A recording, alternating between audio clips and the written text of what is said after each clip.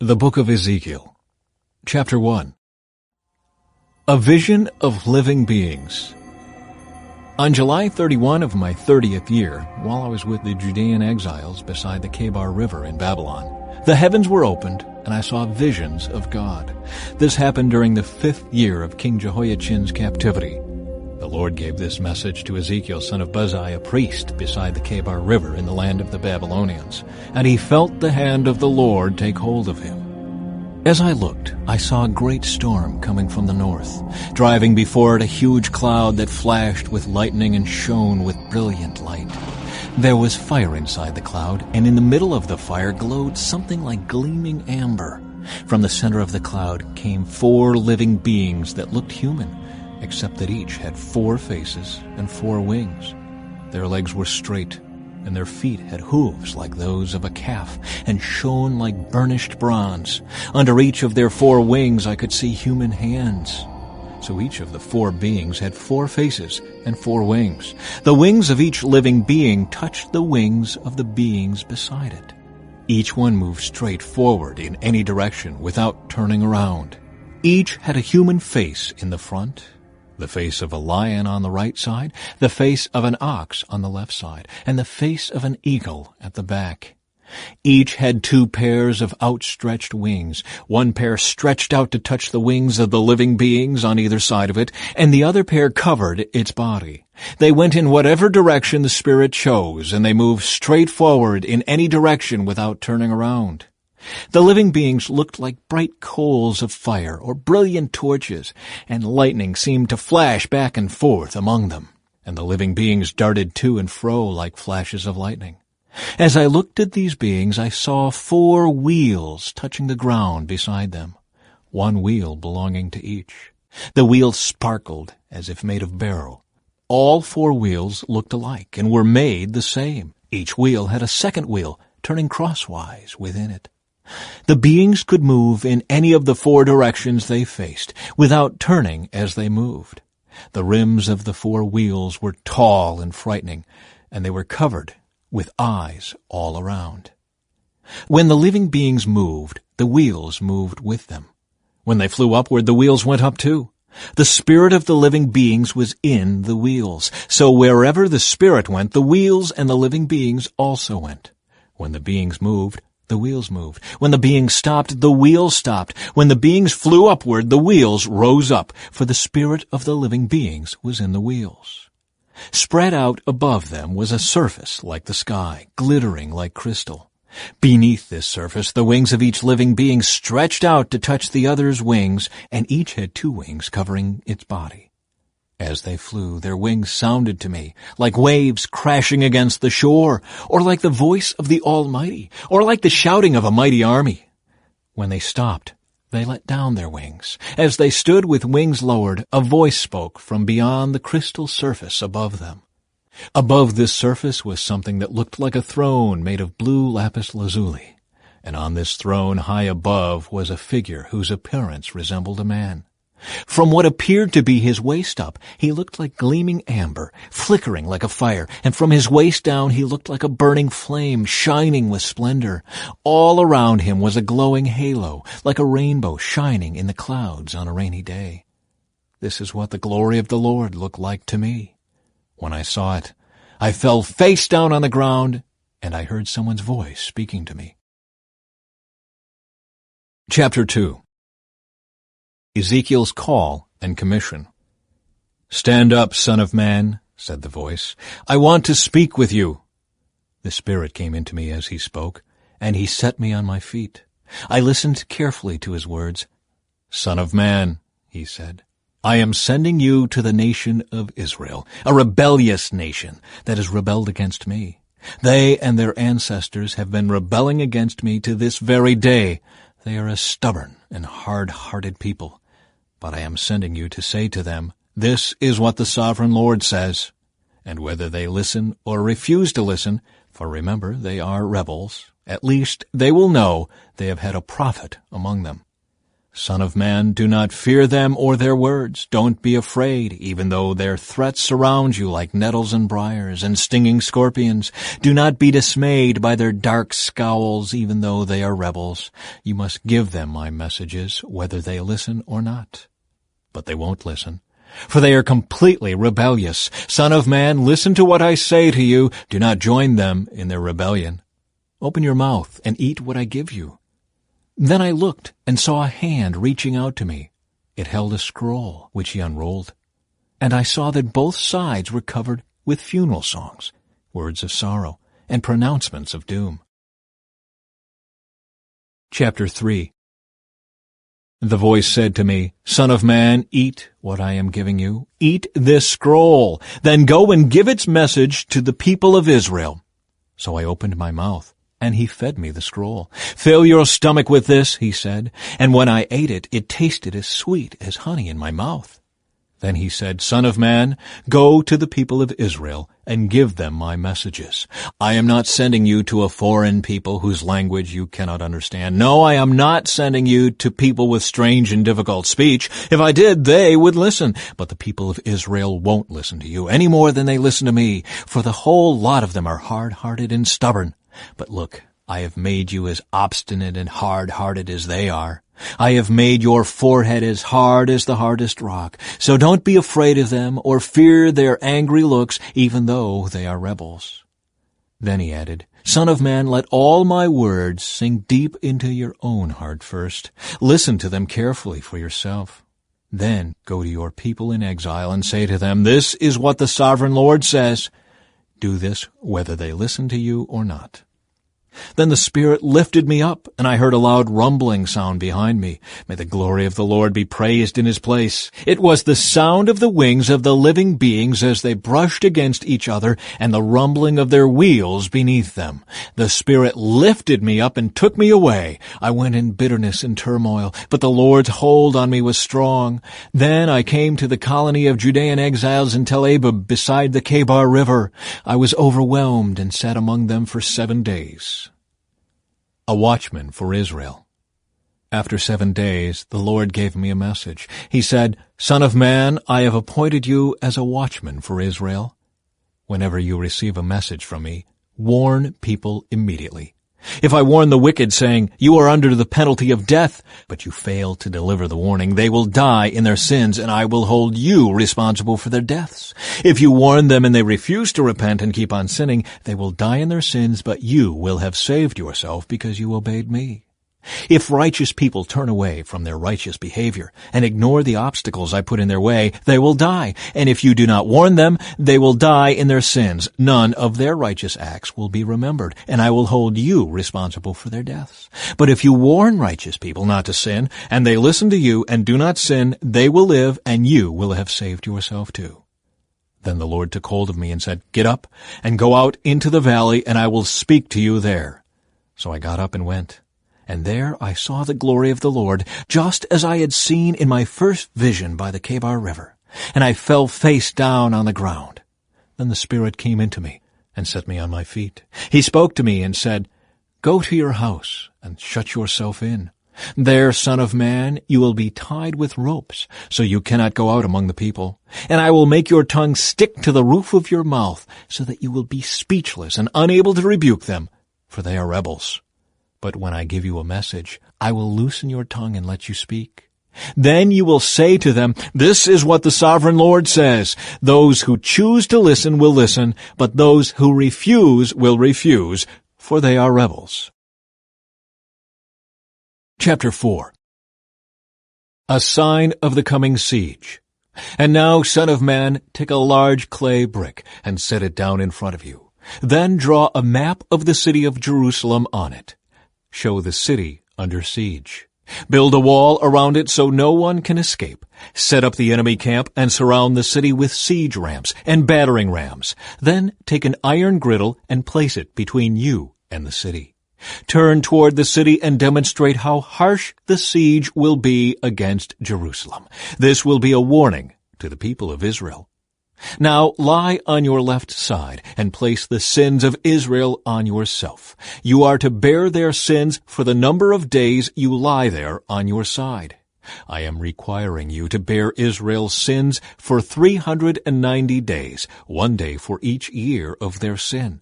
After that, turn over and lie on your right side for 40 days, 1 day for each year of Judah's sin. Meanwhile, keep staring at the siege of Jerusalem. Lie there with your arm bared and prophesy her destruction. I will tie you up with ropes, so you won't be able to turn from side to side until the days of your siege have been completed. Now go and get some wheat, barley, beans, lentils, millet, and emmer wheat, and mix them together in a storage jar. Use them to make bread for yourself during the 390 days you will be lying on your side. Ration this out to yourself 8 ounces of food for each day, and eat it at set times. Then measure out a jar of water for each day and drink it at set times. Prepare and eat this food as you would barley cakes. While all the people are watching, bake it over a fire using dried human dung as fuel, and then eat the bread. Then the Lord said, "This is how Israel will eat defiled bread in the Gentile lands to which I will banish them." Then I said, "O sovereign Lord, must I be defiled by using human dung? For I have never been defiled before. From the time I was a child until now, I have never eaten any animal that died of sickness or was killed by other animals. I have never eaten any meat forbidden by the law." "All right," the Lord said, "you may bake your bread with cow dung instead of human dung." Then he told me, "Son of man, I will make food very scarce in Jerusalem. It will be weighed out with great care and eaten fearfully. The water will be rationed out drop by drop, and the people will drink it with dismay. Lacking food and water, people will look at one another in terror, and they will waste away under their punishment." Chapter 5. A Sign of the Coming Judgment. Son of man, take a sharp sword and use it as a razor to shave your head and beard. Use a scale to weigh the hair into 3 equal parts. Place a third of it at the center of your map of Jerusalem. After acting out the siege, burn it there. Scatter another third across your map and chop it with a sword. Scatter the last third to the wind, for I will scatter my people with the sword. Keep just a bit of the hair and tie it up in your robe. Then take some of these hairs out and throw them into the fire, burning them up. A fire will then spread from this remnant and destroy all of Israel. This is what the sovereign Lord says. This is an illustration of what will happen to Jerusalem. I placed her at the center of the nations, but she has rebelled against my regulations and decrees and has been even more wicked than the surrounding nations. She has refused to obey the regulations and decrees I gave her to follow. Therefore, this is what the sovereign Lord says. You people have behaved worse than your neighbors and have refused to obey my decrees and regulations. You have not even lived up to the standards of the nations around you. Therefore, I myself, the sovereign Lord, am now your enemy. I will punish you publicly while all the nations watch. Because of your detestable idols, I will punish you like I have never punished anyone before or ever will again. Parents will eat their own children, and children will eat their parents. I will punish you and scatter to the winds the few who survive. As surely as I live, says the sovereign Lord, I will cut you off completely. I will show you no pity at all because you have defiled my temple with your vile images and detestable sins. A third of your people will die in the city from disease and famine. A third of them will be slaughtered by the enemy outside the city walls, and I will scatter a third to the winds, chasing them with my sword. Then at last my anger will be spent, and I will be satisfied. And when my fury against them has subsided, all Israel will know that I, the Lord, have spoken to them in my jealous anger. So I will turn you into a ruin, a mockery in the eyes of the surrounding nations and to all who pass by.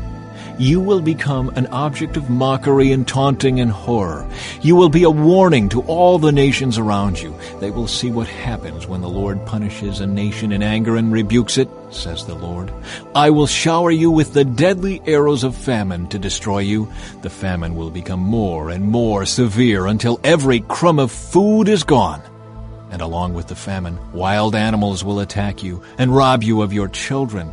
Disease and war will stalk your land, and I will bring the sword of the enemy against you. I, the Lord, have spoken. Chapter 6. Judgment against Israel's mountains. Again a message came to me from the Lord. Son of man, turn and face the mountains of Israel, and prophesy against them.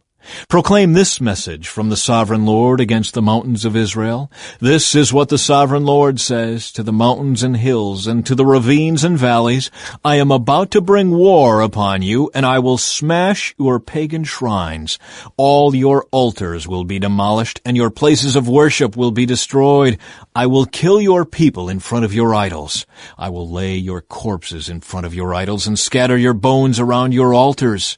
Wherever you live, there will be desolation, and I will destroy your pagan shrines. Your altars will be demolished, your idols will be smashed, your places of worship will be torn down, and all the religious objects you have made will be destroyed. The place will be littered with corpses, and you will know that I alone am the Lord. But I will let a few of my people escape destruction, and they will be scattered among the nations of the world. Then when they are exiled among the nations, they will remember me. They will recognize how hurt I am by their unfaithful hearts and lustful eyes that long for their idols.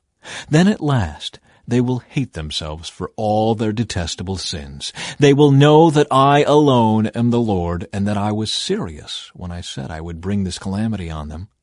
This is what the sovereign Lord says. Clap your hands in horror and stamp your feet. Cry out because of all the detestable sins the people of Israel have committed. Now they are going to die from war and famine and disease. Disease will strike down those who are far away in exile. War will destroy those who are nearby, and anyone who survives will be killed by famine. So at last I will spend my fury on them. They will know that I am the Lord when their dead lie scattered among their idols and altars, on every hill and mountain, and under every green tree and every great shade tree, the places where they offered sacrifices to their idols. I will crush them and make their cities desolate from the wilderness in the south to Riblah in the north. Then they will know that I am the Lord. Chapter 7. The coming of the end. Then this message came to me from the Lord. Son of man, this is what the sovereign Lord says to Israel. The end is here. Wherever you look, east, west, north, or south, your land is finished. No hope remains, for I will unleash my anger against you. I will call you to account for all your detestable sins. I will turn my eyes away and show no pity. I will repay you for all your detestable sins. Then you will know that I am the Lord. This is what the sovereign Lord says. Disaster after disaster is coming your way. The end has come. It has finally arrived. Your final doom is waiting. O people of Israel, the day of your destruction is dawning. The time has come. The day of trouble is near. Shouts of anguish will be heard on the mountains, not shouts of joy. Soon I will pour out my fury on you and unleash my anger against you. I will call you to account for all your detestable sins. I will turn my eyes away and show no pity. I will repay you for all your detestable sins. Then you will know that it is I, the Lord, who is striking the blow. The day of judgment is here. Your destruction awaits. The people's wickedness and pride have blossomed to full flower. Their violence has grown into a rod that will beat them for their wickedness. None of these proud and wicked people will survive. All their wealth and prestige will be swept away. Yes, the time has come. The day is here. Buyers should not rejoice over bargains, nor sellers grieve over losses, for all of them will fall under my terrible anger. Even if the merchants survive, they will never return to their business. For what God has said applies to everyone. It will not be changed. Not one person whose life is twisted by sin will ever recover. The desolation of Israel. The trumpet calls Israel's army to mobilize, but no one listens. For my fury is against them all. There is war outside the city and disease and famine within. Those outside the city walls will be killed by enemy swords. Those inside the city will die of famine and disease. The survivors who escape to the mountains will moan like doves, weeping for their sins. Their hands will hang limp. Their knees will be weak as water. They will dress themselves in burlap. Horror and shame will cover them. They will shave their heads in sorrow and remorse. They will throw their money in the streets, tossing it out like worthless trash. Their silver and gold won't save them on that day of the Lord's anger. It will neither satisfy nor feed them, for their greed can only trip them up. They were proud of their beautiful jewelry and used it to make detestable idols and vile images. Therefore I will make all their wealth disgusting to them. I will give it as plunder to foreigners, to the most wicked of nations, and they will defile it. I will turn my eyes from them as these robbers invade and defile my treasured land. Prepare chains for my people, for the land is bloodied by terrible crimes. Jerusalem is filled with violence. I will bring the most ruthless of nations to occupy their homes. I will break down their proud fortresses and defile their sanctuaries.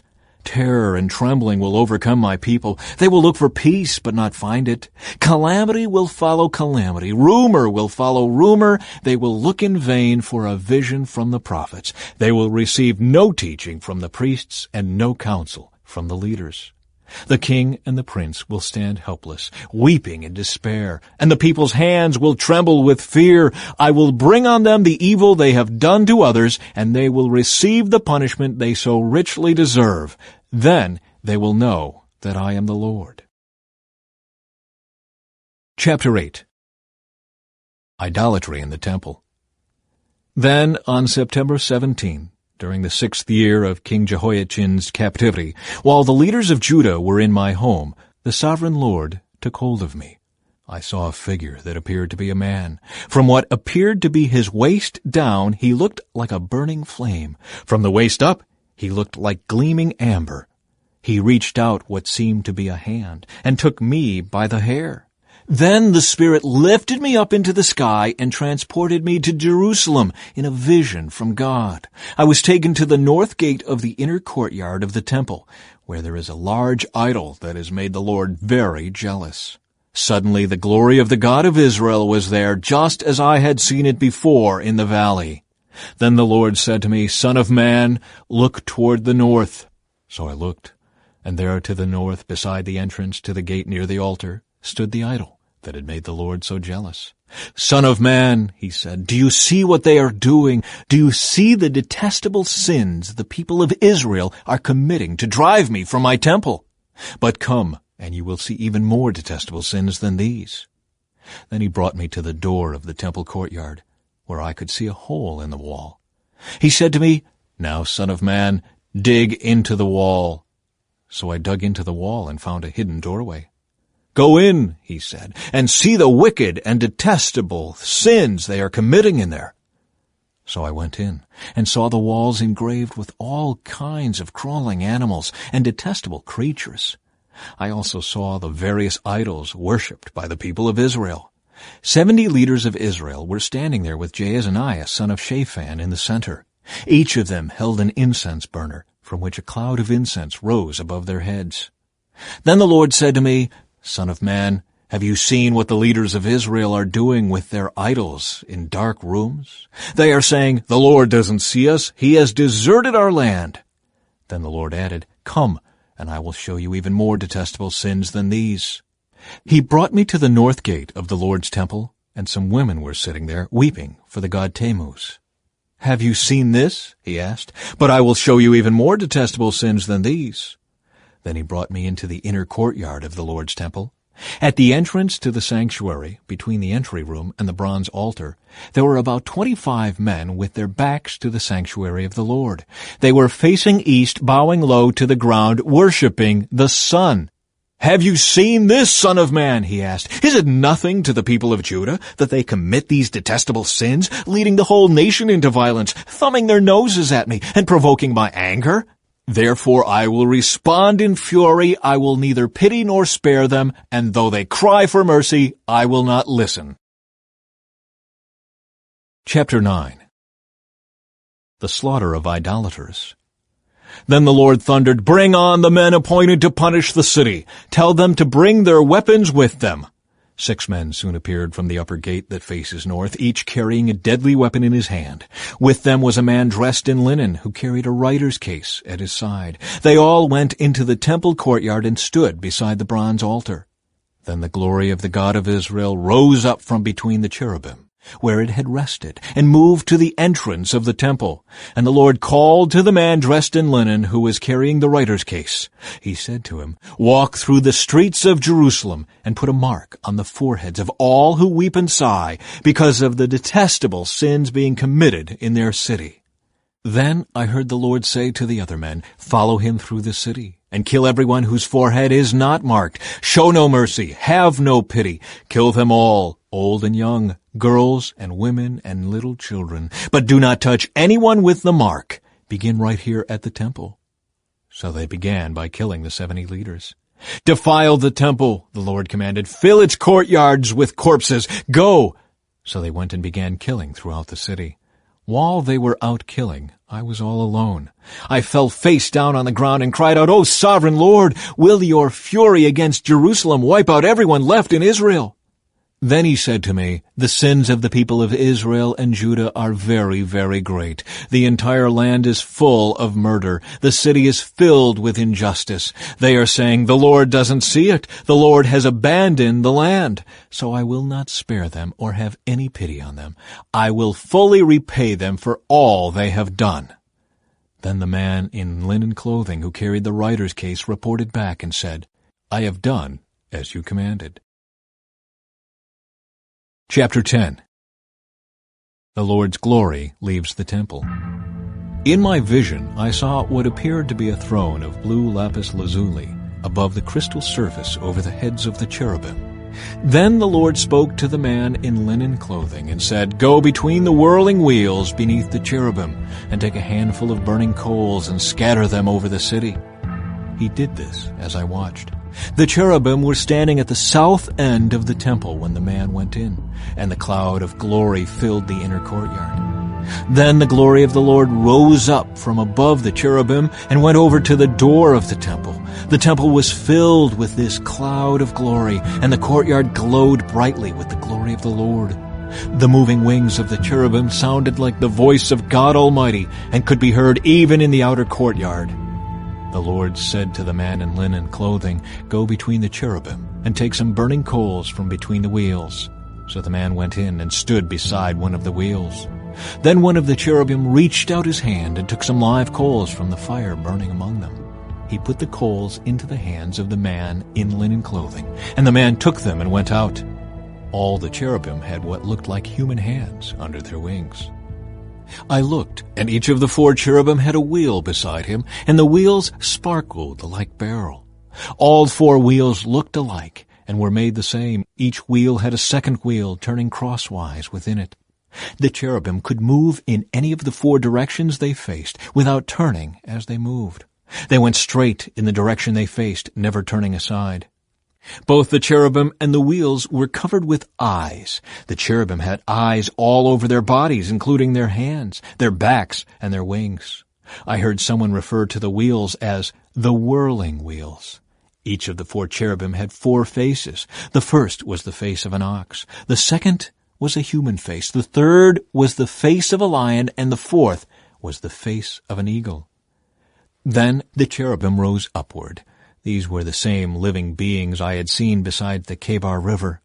When the cherubim moved, the wheels moved with them. When they lifted their wings to fly, the wheels stayed beside them. When the cherubim stopped, the wheels stopped. When they flew upward, the wheels rose up, for the spirit of the living beings was in the wheels. Then the glory of the Lord moved out from the door of the temple and hovered above the cherubim. And as I watched, the cherubim flew with their wheels to the east gate of the Lord's temple, and the glory of the God of Israel hovered above them. These were the same living beings I had seen beneath the God of Israel when I was by the Kebar River. I knew they were cherubim, for each had 4 faces and 4 wings and what looked like human hands under their wings. And their faces were just like the faces of the beings I had seen at the Kebar, and they traveled straight ahead, just as the others had. Chapter 11. Judgment on Israel's leaders. Then the Spirit lifted me and brought me to the east gateway of the Lord's temple, where I saw 25 prominent men of the city. Among them were Jaazaniah son of Azar and Pelatiah son of Benaiah, who were leaders among the people. The Spirit said to me, "Son of man, these are the men who are planning evil and giving wicked counsel in this city. They say to the people, 'Is it not a good time to build houses? This city is like an iron pot. We are safe inside it like meat in a pot.' Therefore, Son of man, prophesy against them loudly and clearly." Then the Spirit of the Lord came upon me, and he told me to say, "This is what the Lord says to the people of Israel. I know what you are saying, for I know every thought that comes into your minds. You have murdered many in this city and filled its streets with the dead. Therefore, this is what the sovereign Lord says. This city is an iron pot, all right, but the pieces of meat are the victims of your injustice. As for you, I will soon drag you from this pot. I will bring on you the sword of war you so greatly fear, says the sovereign Lord. I will drive you out of Jerusalem and hand you over to foreigners, who will carry out my judgments against you. You will be slaughtered all the way to the borders of Israel. I will execute judgment on you, and you will know that I am the Lord. No, this city will not be an iron pot for you, and you will not be like meat safe inside it. I will judge you even to the borders of Israel, and you will know that I am the Lord. For you have refused to obey my decrees and regulations. Instead, you have copied the standards of the nations around you." While I was still prophesying, Pelatiah, son of Benaiah, suddenly died. Then I fell face down on the ground and cried out, "O sovereign Lord, are you going to kill everyone in Israel?" Hope for exiled Israel. Then this message came to me from the Lord, "Son of man, the people still left in Jerusalem are talking about you and your relatives and all the people of Israel who are in exile. They are saying, 'Those people are far away from the Lord, so now he has given their land to us.' Therefore tell the exiles, this is what the sovereign Lord says, although I have scattered you in the countries of the world, I will be a sanctuary to you during your time in exile. I, the sovereign Lord, will gather you back from the nations where you have been scattered, and I will give you the land of Israel once again. When the people return to their homeland, they will remove every trace of their vile images and detestable idols, and I will give them singleness of heart and put a new spirit within them. I will take away their stony, stubborn heart and give them a tender, responsive heart, so they will obey my decrees and regulations. Then they will truly be my people, and I will be their God. But as for those who long for vile images and detestable idols, I will repay them fully for their sins. I, the sovereign Lord, have spoken." The Lord's glory leaves Jerusalem. Then the cherubim lifted their wings and rose into the air with their wheels beside them, and the glory of the God of Israel hovered above them. Then the glory of the Lord went up from the city and stopped above the mountain to the east. Afterward, the Spirit of God carried me back again to Babylonia, to the people in exile there. And so ended the vision of my visit to Jerusalem, and I told the exiles everything the Lord had shown me. Chapter 12. Signs of the Coming Exile. Again a message came to me from the Lord. "Son of man, you live among rebels who have eyes but refuse to see. They have ears but refuse to hear, for they are a rebellious people. So now, son of man, pretend you are being sent into exile. Pack the few items an exile could carry and leave your home to go somewhere else. Do this right in front of the people so they can see you. For perhaps they will pay attention to this, even though they are such rebels. Bring your baggage outside during the day so they can watch you. Then in the evening, as they are watching, leave your house as captives do when they begin a long march to distant lands. Dig a hole through the wall while they are watching and go out through it. As they watch, lift your pack to your shoulders and walk away into the night. Cover your face so you cannot see the land you are leaving. For I have made you a sign for the people of Israel." So I did as I was told. In broad daylight, I brought my pack outside, filled with the things I might carry into exile. Then in the evening, while the people looked on, I dug through the wall with my hands and went out into the night with my pack on my shoulder. The next morning, this message came to me from the Lord. Son of man, these rebels, the people of Israel, have asked you what all this means. Say to them, this is what the sovereign Lord says. These actions contain a message for King Zedekiah in Jerusalem and for all the people of Israel. Explain that your actions are a sign to show what will soon happen to them, for they will be driven into exile as captives. Even Zedekiah will leave Jerusalem at night through a hole in the wall, taking only what he can carry with him. He will cover his face, and his eyes will not see the land he is leaving. Then I will throw my net over him and capture him in my snare. I will bring him to Babylon, the land of the Babylonians, though he will never see it, and he will die there. I will scatter his servants and warriors to the four winds, and send the sword after them. And when I scatter them among the nations, they will know that I am the Lord. But I will spare a few of them from death by war, famine, or disease, so they can confess all their detestable sins to their captors. Then they will know that I am the Lord. Then this message came to me from the Lord. Son of man, tremble as you eat your food. Shake with fear as you drink your water. Tell the people, this is what the sovereign Lord says concerning those living in Israel and Jerusalem. They will eat their food with trembling and sip their water in despair, for their land will be stripped bare because of their violence.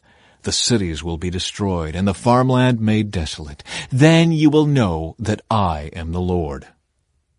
A new proverb for Israel. Again, a message came to me from the Lord. Son of man, you've heard that proverb they quote in Israel. Time passes and prophecies come to nothing. Tell the people, this is what the sovereign Lord says. I will put an end to this proverb, and you will soon stop quoting it. Now give them this new proverb to replace the old one. The time has come for every prophecy to be fulfilled. There will be no more false visions and flattering predictions in Israel, for I am the Lord. If I say it, it will happen. There will be no more delays, you rebels of Israel. I will fulfill my threat of destruction in your own lifetime. I, the sovereign Lord, have spoken. Then this message came to me from the Lord. Son of man, the people of Israel are saying, he's talking about the distant future. His visions won't come true for a long, long time. Therefore tell them, this is what the sovereign Lord says, no more delay. I will now do everything I have threatened. I, the sovereign Lord, have spoken. Chapter 13. Judgment against false prophets. Then this message came to me from the Lord. Son of man, prophesy against the false prophets of Israel who are inventing their own prophecies. Say to them, listen to the word of the Lord. This is what the sovereign Lord says. What sorrow awaits the false prophets who are following their own imaginations and have seen nothing at all. O people of Israel, these prophets of yours are like jackals digging in the ruins. They have done nothing to repair the breaks in the walls around the nation.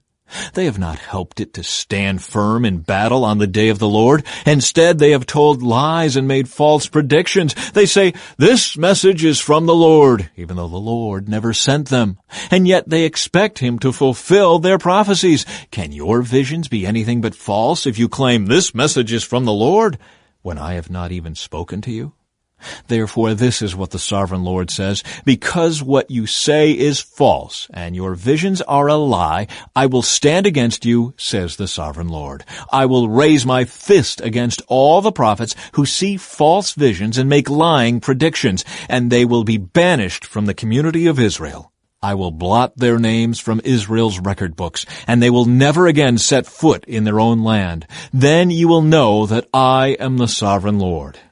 This will happen because these evil prophets deceive my people by saying all is peaceful when there is no peace at all. It's as if the people have built a flimsy wall and these prophets are trying to reinforce it by covering it with whitewash. Tell these whitewashers that their wall will soon fall down. A heavy rainstorm will undermine it. Great hailstones and mighty winds will knock it down. And when the wall falls, the people will cry out, "What happened to your whitewash?" Therefore, this is what the Sovereign Lord says: I will sweep away your whitewashed wall with a storm of indignation, with a great flood of anger, and with hailstones of fury. I will break down your wall right to its foundation, and when it falls, it will crush you. Then you will know that I am the Lord. At last my anger against the wall and those who covered it with whitewash will be satisfied. Then I will say to you, the wall and those who whitewashed it are both gone. They were lying prophets who claimed peace would come to Jerusalem when there was no peace. I, the Sovereign Lord, have spoken. Judgment against false women prophets. Now, Son of man, speak out against the women who prophesy from their own imaginations. This is what the Sovereign Lord says: What sorrow awaits you women who are ensnaring the souls of my people, young and old alike.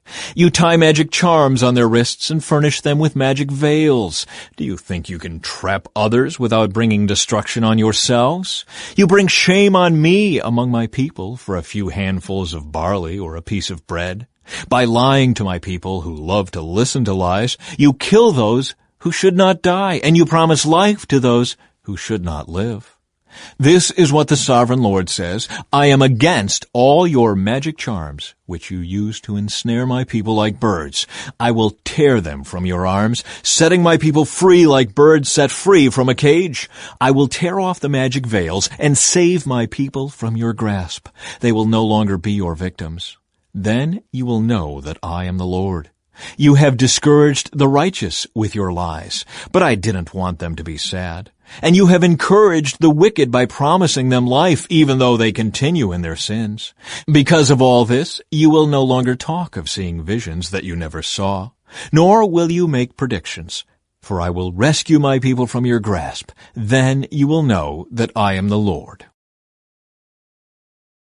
Chapter 14. The idolatry of Israel's leaders. Then some of the leaders of Israel visited me, and while they were sitting with me, this message came to me from the Lord. Son of man, these leaders have set up idols in their hearts. They have embraced things that will make them fall into sin. Why should I listen to their requests? Tell them, this is what the Sovereign Lord says. The people of Israel have set up idols in their hearts and fallen into sin. And then they go to a prophet asking for a message.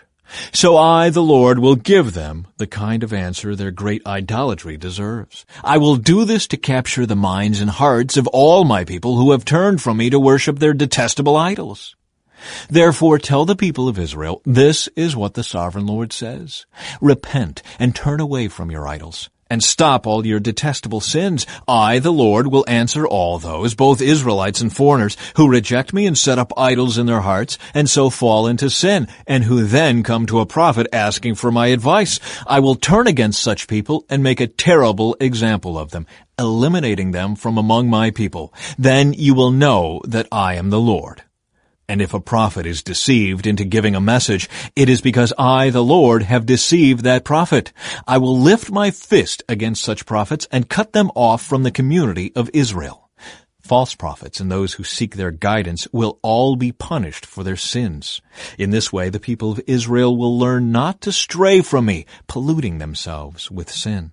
They will be my people, and I will be their God. I, the Sovereign Lord, have spoken. The certainty of the Lord's judgment. Then this message came to me from the Lord: Son of man, suppose the people of a country were to sin against me, and I lifted my fist to crush them, cutting off their food supply, and sending a famine to destroy both people and animals. Even if Noah, Daniel, and Job were there, their righteousness would save no one but themselves, says the Sovereign Lord. Or suppose I were to send wild animals to invade the country, kill the people, and make the land too desolate and dangerous to pass through. As surely as I live, says the Sovereign Lord, even if those 3 men were there, they wouldn't be able to save their own sons or daughters. They alone would be saved, but the land would be made desolate. Or suppose I were to bring war against the land, and I sent enemy armies to destroy both people and animals. As surely as I live, says the Sovereign Lord, even if those 3 men were there, they wouldn't be able to save their own sons or daughters. they alone would be saved. Or suppose I were to pour out my fury by sending an epidemic into the land, and the disease killed people and animals alike. As surely as I live, says the sovereign Lord, even if Noah, Daniel, and Job were there, they wouldn't be able to save their own sons or daughters. They alone would be saved by their righteousness. Now this is what the sovereign Lord says.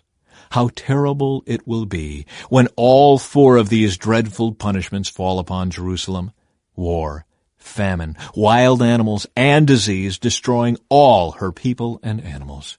Yet there will be survivors, and they will come here to join you as exiles in Babylon.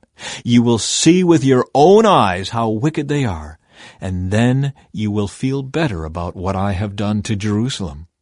When you meet them and see their behavior, you will understand that these things are not being done to Israel without cause. I, the sovereign Lord, have spoken.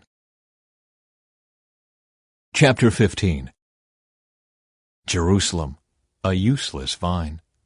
Then this message came to me from the Lord: Son of man, how does a grapevine compare to a tree? Is a vine's wood as useful as the wood of a tree?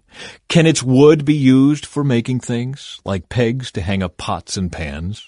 No, it can only be used for fuel, and even as fuel it burns too quickly. Vines are useless, both before and after being put into the fire. And this is what the sovereign Lord says: the people of Jerusalem are like grapevines growing among the trees of the forest. Since they are useless, I have thrown them on the fire to be burned, and I will see to it that if they escape from one fire, they will fall into another. When I turn against them, you will know that I am the Lord, and I will make the land desolate because my people have been unfaithful to me. I, the sovereign Lord, have spoken. Chapter 16. Jerusalem, an unfaithful wife.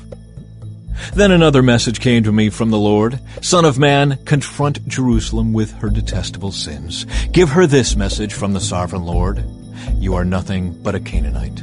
Your father was an Amorite and your mother a Hittite. On the day you were born, no one cared about you. Your umbilical cord was not cut, and you were never washed, rubbed with salt, and wrapped in cloth. No one had the slightest interest in you. No one pitied you or cared for you. On the day you were born, you were unwanted, dumped in a field, and left to die. But I came by and saw you there, helplessly kicking about in your own blood. As you lay there, I said, Live! And I helped you to thrive like a plant in the field. You grew up and became a beautiful jewel. Your breasts became full, and your body hair grew, but you were still naked. And when I passed by again, I saw that you were old enough for love. So I wrapped my cloak around you to cover your nakedness, and declared my marriage vows. I made a covenant with you, says the sovereign Lord, and you became mine. Then I bathed you and washed off your blood, and I rubbed fragrant oils into your skin. I gave you expensive clothing of fine linen and silk, beautifully embroidered, and sandals made of fine goatskin leather. I gave you lovely jewelry, bracelets, beautiful necklaces, a ring for your nose, earrings for your ears, and a lovely crown for your head. And so you were adorned with gold and silver. Your clothes were made of fine linen and were beautifully embroidered. You ate the finest foods, choice flour, honey, and olive oil, and became more beautiful than ever. You looked like a queen, and so you were. Your fame soon spread throughout the world because of your beauty. I dressed you in my splendor and perfected your beauty, says the sovereign Lord. But you thought your fame and beauty were your own. So you gave yourself as a prostitute to every man who came along. Your beauty was theirs for the asking. You used the lovely things I gave you to make shrines for idols, where you played the prostitute. Unbelievable! How could such a thing ever happen? You took the very jewels and gold and silver ornaments I had given you and made statues of men and worshipped them. This is adultery against me. You used the beautifully embroidered clothes I gave you to dress your idols. Then you used my special oil and my incense to worship them. Imagine it! You set before them as a sacrifice the choice flour, olive oil, and honey I had given you, says the sovereign Lord. Then you took your sons and daughters, the children you had borne to me, and sacrificed them to your gods. Was your prostitution not enough? Must you also slaughter my children by sacrificing them to idols? In all your years of adultery and detestable sin, you have not once remembered the days long ago when you lay naked in a field, kicking about in your own blood.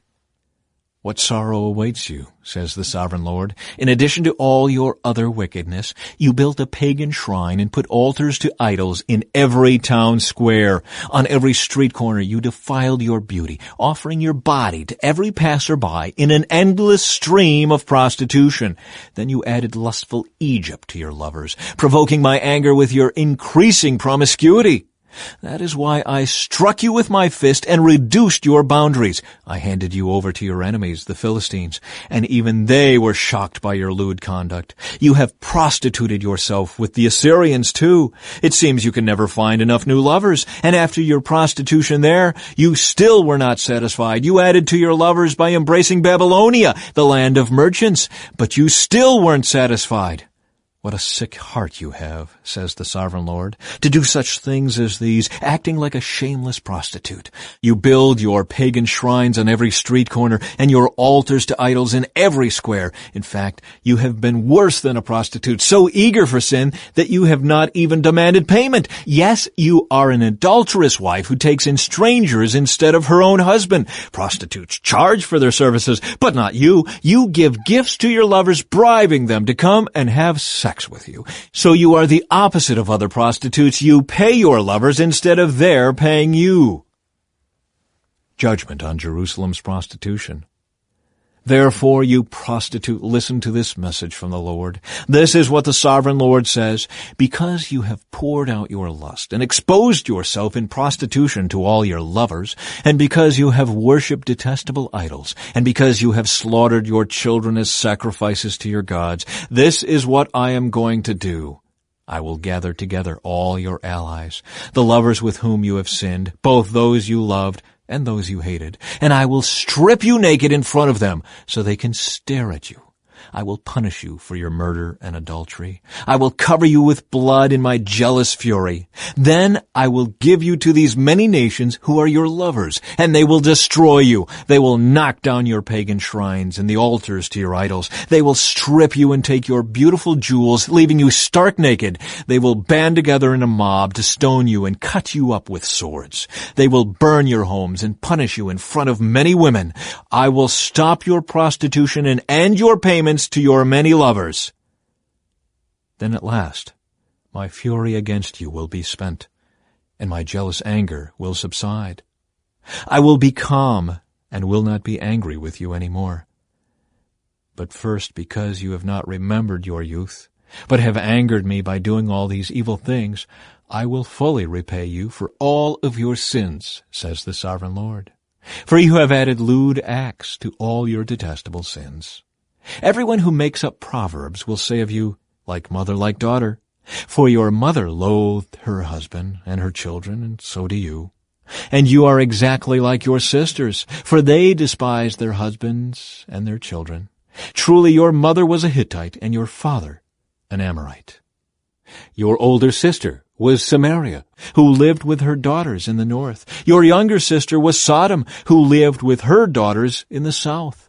But you have not merely sinned as they did, you quickly surpassed them in corruption. As surely as I live, says the sovereign Lord, Sodom and her daughters were never as wicked as you and your daughters. Sodom's sins were pride, gluttony, and laziness, while the poor and needy suffered outside her door. She was proud and committed detestable sins, so I wiped her out, as you have seen. Even Samaria did not commit half your sins. You have done far more detestable things than your sisters ever did. They seem righteous compared to you. Shame on you! Your sins are so terrible that you make your sisters seem righteous, even virtuous. But someday I will restore the fortunes of Sodom and Samaria, and I will restore you too. Then you will be truly ashamed of everything you have done, for your sins make them feel good in comparison. Yes, your sisters, Sodom and Samaria, and all their people will be restored, and at that time you also will be restored. In your proud days you held Sodom in contempt. But now your greater wickedness has been exposed to all the world, and you are the one who is scorned, by Edom and all her neighbors, and by Philistia. This is your punishment for all your lewdness and detestable sins, says the Lord.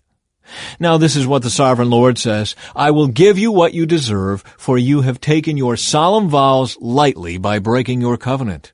Yet I will remember the covenant I made with you when you were young, and I will establish an everlasting covenant with you. Then you will remember with shame all the evil you have done. I will make your sisters, Samaria and Sodom, to be your daughters, even though they are not part of our covenant. And I will reaffirm my covenant with you, and you will know that I am the Lord. You will remember your sins and cover your mouth in silent shame when I forgive you of all that you have done. I, the sovereign Lord, have spoken. Chapter 17.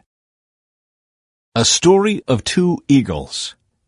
Then this message came to me from the Lord, Son of man, give this riddle, and tell this story to the people of Israel. Give them this message from the sovereign Lord.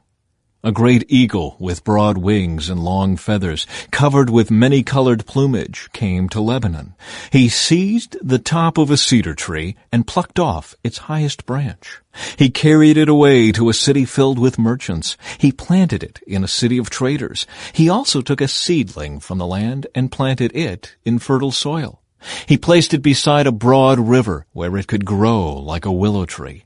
It took root there and grew into a low spreading vine. Its branches turned up toward the eagle, and its roots grew down into the ground. It produced strong branches and put out shoots. But then another great eagle came with broad wings and full plumage. So the vine now sent its roots and branches toward him for water, even though it was already planted in good soil and had plenty of water so it could grow into a splendid vine and produce rich leaves and luscious fruit. So now the sovereign Lord asks, Will this vine grow and prosper? No, I will pull it up, roots and all. I will cut off its fruit and let its leaves wither and die. I will pull it up easily without a strong arm or a large army. But when the vine is transplanted, will it thrive?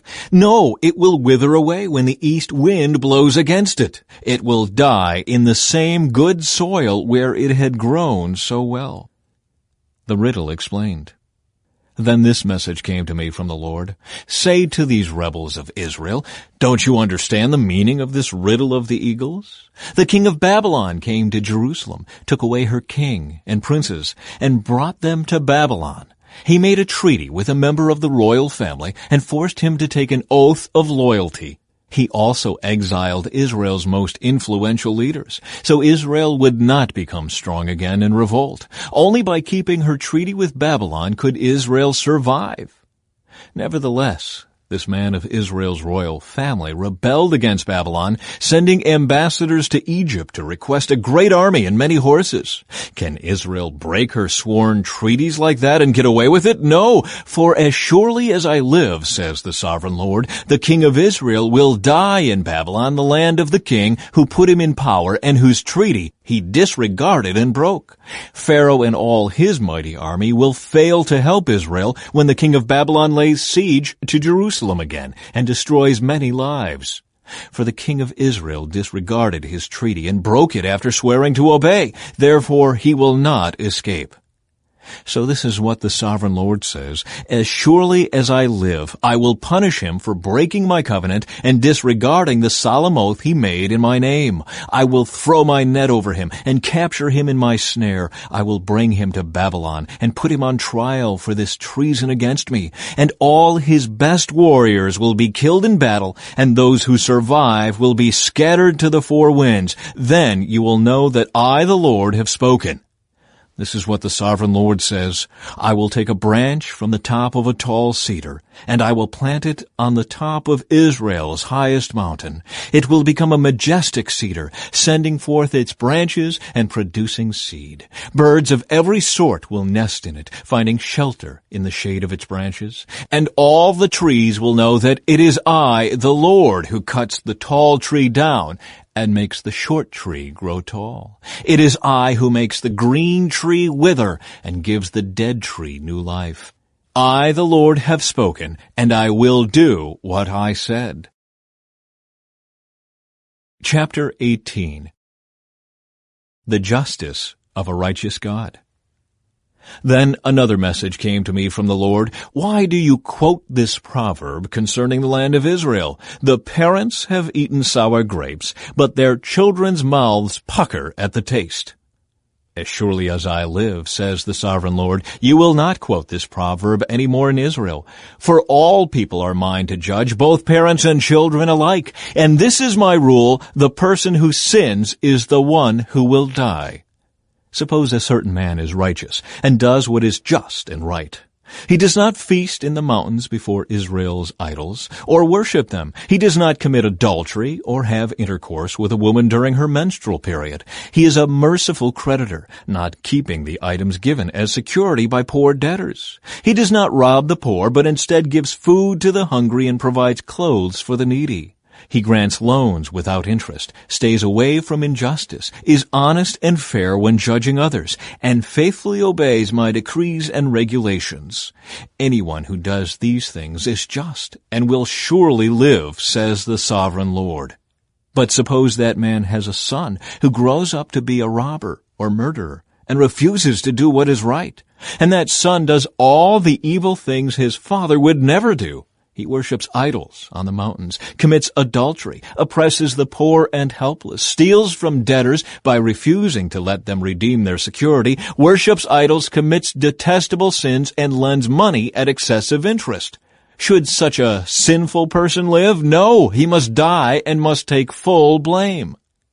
But suppose that sinful son, in turn, has a son who sees his father's wickedness and decides against that kind of life.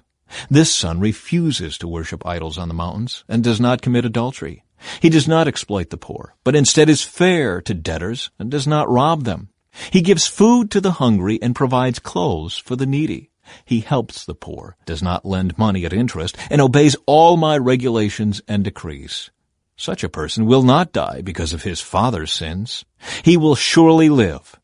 But the father will die for his many sins, for being cruel, robbing people, and doing what was clearly wrong among his people. What, you ask? Doesn't the child pay for the parent's sins? No, for if the child does what is just and right and keeps my decrees, that child will surely live. The person who sins is the one who will die. The child will not be punished for the parent's sins, and the parent will not be punished for the child's sins. Righteous people will be rewarded for their own righteous behavior, and wicked people will be punished for their own wickedness. But if wicked people turn away from all their sins and begin to obey my decrees and do what is just and right, they will surely live and not die. All their past sins will be forgotten, and they will live because of the righteous things they have done. Do you think that I like to see wicked people die, says the sovereign Lord? Of course not. I want them to turn from their wicked ways and live. However, if righteous people turn from their righteous behavior and start doing sinful things and act like other sinners, should they be allowed to live? No, of course not. All their righteous acts will be forgotten, and they will die for their sins.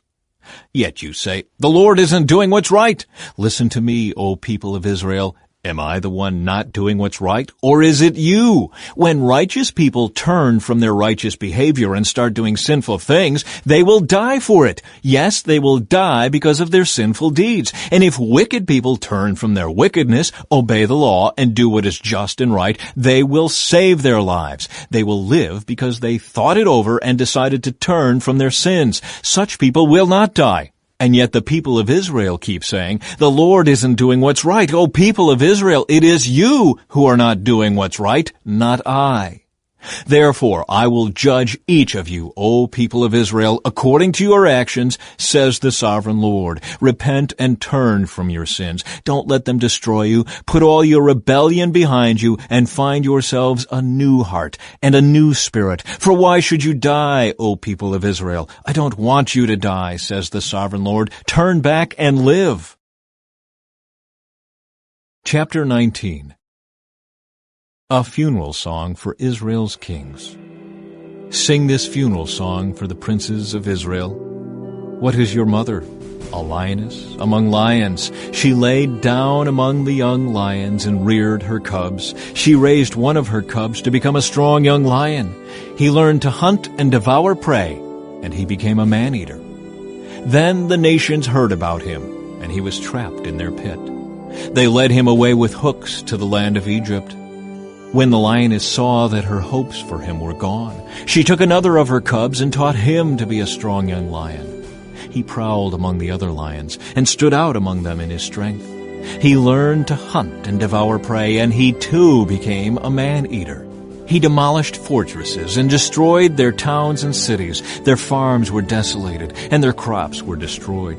The land and its people trembled in fear when they heard him roar. Then the armies of the nations attacked him, surrounding him from every direction. They threw a net over him and captured him in their pit.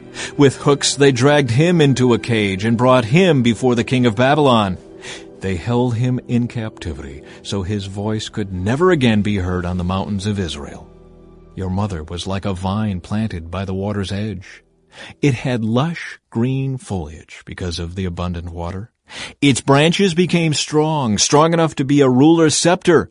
It grew very tall, towering above all others. It stood out because of its height and its many lush branches. But the vine was uprooted in fury and thrown down to the ground. The desert wind dried up its fruit and tore off its strong branches, so that it withered and was destroyed by fire. Now the vine is transplanted to the wilderness, where the ground is hard and dry. A fire has burst out from its branches and devoured its fruit. Its remaining limbs are not strong enough to be a ruler's scepter. This is a funeral song, and it will be used in a funeral. Chapter 20. The Rebellion of Israel. On August 14, during the 7th year of King Jehoiachin's captivity, some of the leaders of Israel came to request a message from the Lord. They sat down in front of me to wait for his reply. Then this message came to me from the Lord. Son of man, tell the leaders of Israel, this is what the sovereign Lord says. How dare you come to ask me for a message? As surely as I live, says the sovereign Lord, I will tell you nothing. Son of man, bring charges against them and condemn them. Make them realize how detestable the sins of their ancestors really were. Give them this message from the sovereign Lord. When I chose Israel, when I revealed myself to the descendants of Jacob in Egypt, I took a solemn oath that I, the Lord, would be their God. I took a solemn oath that day that I would bring them out of Egypt to a land I had discovered and explored for them, a good land, a land flowing with milk and honey, the best of all lands anywhere. Then I said to them, each of you, get rid of the vile images you are so obsessed with. Do not defile yourselves with the idols of Egypt, for I am the Lord your God. But they rebelled against me and would not listen. They did not get rid of the vile images they were obsessed with, or forsake the idols of Egypt. Then I threatened to pour out my fury on them to satisfy my anger while they were still in Egypt. But I didn't do it, for I acted to protect the honor of my name. I would not allow shame to be brought on my name among the surrounding nations who saw me reveal myself by bringing the Israelites out of Egypt. So I brought them out of Egypt and led them into the wilderness. There I gave them my decrees and regulations so they could find life by keeping them. And I gave them my Sabbath days of rest as a sign between them and me. It was to remind them that I am the Lord, who had set them apart to be holy. But the people of Israel rebelled against me, and they refused to obey my decrees there in the wilderness. They wouldn't obey my regulations, even though obedience would have given them life. They also violated my Sabbath days. So I threatened to pour out my fury on them, and I made plans to utterly consume them in the wilderness. But again I held back in order to protect the honor of my name before the nations who had seen my power in bringing Israel out of Egypt. But I took a solemn oath against them in the wilderness. I swore I would not bring them into the land I had given them, a land flowing with milk and honey, the most beautiful place on earth. For they had rejected my regulations, refused to follow my decrees, and violated my Sabbath days. Their hearts were given to their idols. Nevertheless, I took pity on them and held back from destroying them in the wilderness. Then I warned their children not to follow in their parents' footsteps, defiling themselves with their idols. I am the Lord your God, I told them. Follow my decrees, pay attention to my regulations, and keep my Sabbath days holy, for they are a sign to remind you that I am the Lord your God. But their children too rebelled against me. They refused to keep my decrees and follow my regulations, even though obedience would have given them life. And they also violated my Sabbath days. So again I threatened to pour out my fury on them in the wilderness. Nevertheless, I withdrew my judgment against them to protect the honor of my name before the nations that had seen my power in bringing them out of Egypt. But I took a solemn oath against them in the wilderness. I swore I would scatter them among all the nations, because they did not obey my regulations. They scorned my decrees by violating my Sabbath days and longing for the idols of their ancestors. I gave them over to worthless decrees and regulations that would not lead to life. I let them pollute themselves with the very gifts I had given them, and I allowed them to give their firstborn children as offerings to their gods, so I might devastate them and remind them that I alone am the Lord. Judgment and restoration. Therefore, Son of Man, give the people of Israel this message from the Sovereign Lord. Your ancestors continued to blaspheme and betray me. For when I brought them into the land I had promised them, they offered sacrifices on every high hill and under every green tree they saw. They roused my fury as they offered up sacrifices to their gods. They brought their perfumes and incense and poured out their liquid offerings to them. I said to them, "What is this high place where you are going?" This kind of pagan shrine has been called Bama, high place, ever since. Therefore give the people of Israel this message from the Sovereign Lord. Do you plan to pollute yourselves just as your ancestors did? Do you intend to keep prostituting yourselves by worshiping vile images? For when you offer gifts to them and give your little children to be burned as sacrifices, you continue to pollute yourselves with idols to this day. Should I allow you to ask for a message from me, O people of Israel? As surely as I live, says the Sovereign Lord, I will tell you nothing. You say, we want to be like the nations all around us who serve idols of wood and stone. But what you have in mind will never happen. As surely as I live, says the Sovereign Lord, I will rule over you with an iron fist in great anger and with awesome power. And in anger I will reach out with my strong hand and powerful arm, and I will bring you back from the lands where you are scattered. I will bring you into the wilderness of the nations, and there I will judge you face to face. I will judge you there just as I did your ancestors in the wilderness after bringing them out of Egypt, says the Sovereign Lord. I will examine you carefully and hold you to the terms of the covenant. I will purge you of all those who rebel and revolt against me. I will bring them out of the countries where they are in exile, but they will never enter the land of Israel. Then you will know that I am the Lord. As for you, O people of Israel, this is what the Sovereign Lord says. Go right ahead and worship your idols. But sooner or later you will obey me, and will stop bringing shame on my holy name by worshiping idols. For on my holy mountain, the great mountain of Israel, says the Sovereign Lord, the people of Israel will someday worship me, and I will accept them. There I will require that you bring me all your offerings and choice gifts and sacrifices. When I bring you home from exile, you will be like a pleasing sacrifice to me. And I will display my holiness through you as all the nations watch. Then, when I have brought you home to the land I promised with a solemn oath to give to your ancestors, you will know that I am the Lord. You will look back on all the ways you defiled yourselves and will hate yourselves because of the evil you have done. You will know that I am the Lord, O people of Israel, when I have honored my name by treating you mercifully in spite of your wickedness. I, the Sovereign Lord, have spoken. Judgment against the Negev. Then this message came to me from the Lord, Son of man, turn and face the south, and speak out against it. Prophesy against the brushlands of the Negev. Tell the southern wilderness, this is what the Sovereign Lord says. Hear the word of the Lord. I will set you on fire, and every tree, both green and dry, will be burned. The terrible flames will not be quenched, and will scorch everything from south to north. And everyone in the world will see that I, the Lord, have set this fire. It will not be put out. Then I said, O Sovereign Lord, they are saying of me, he only talks in riddles. Chapter 21. The Lord's Sword of Judgment. Then this message came to me from the Lord: Son of man, turn and face Jerusalem and prophesy against Israel and her sanctuaries.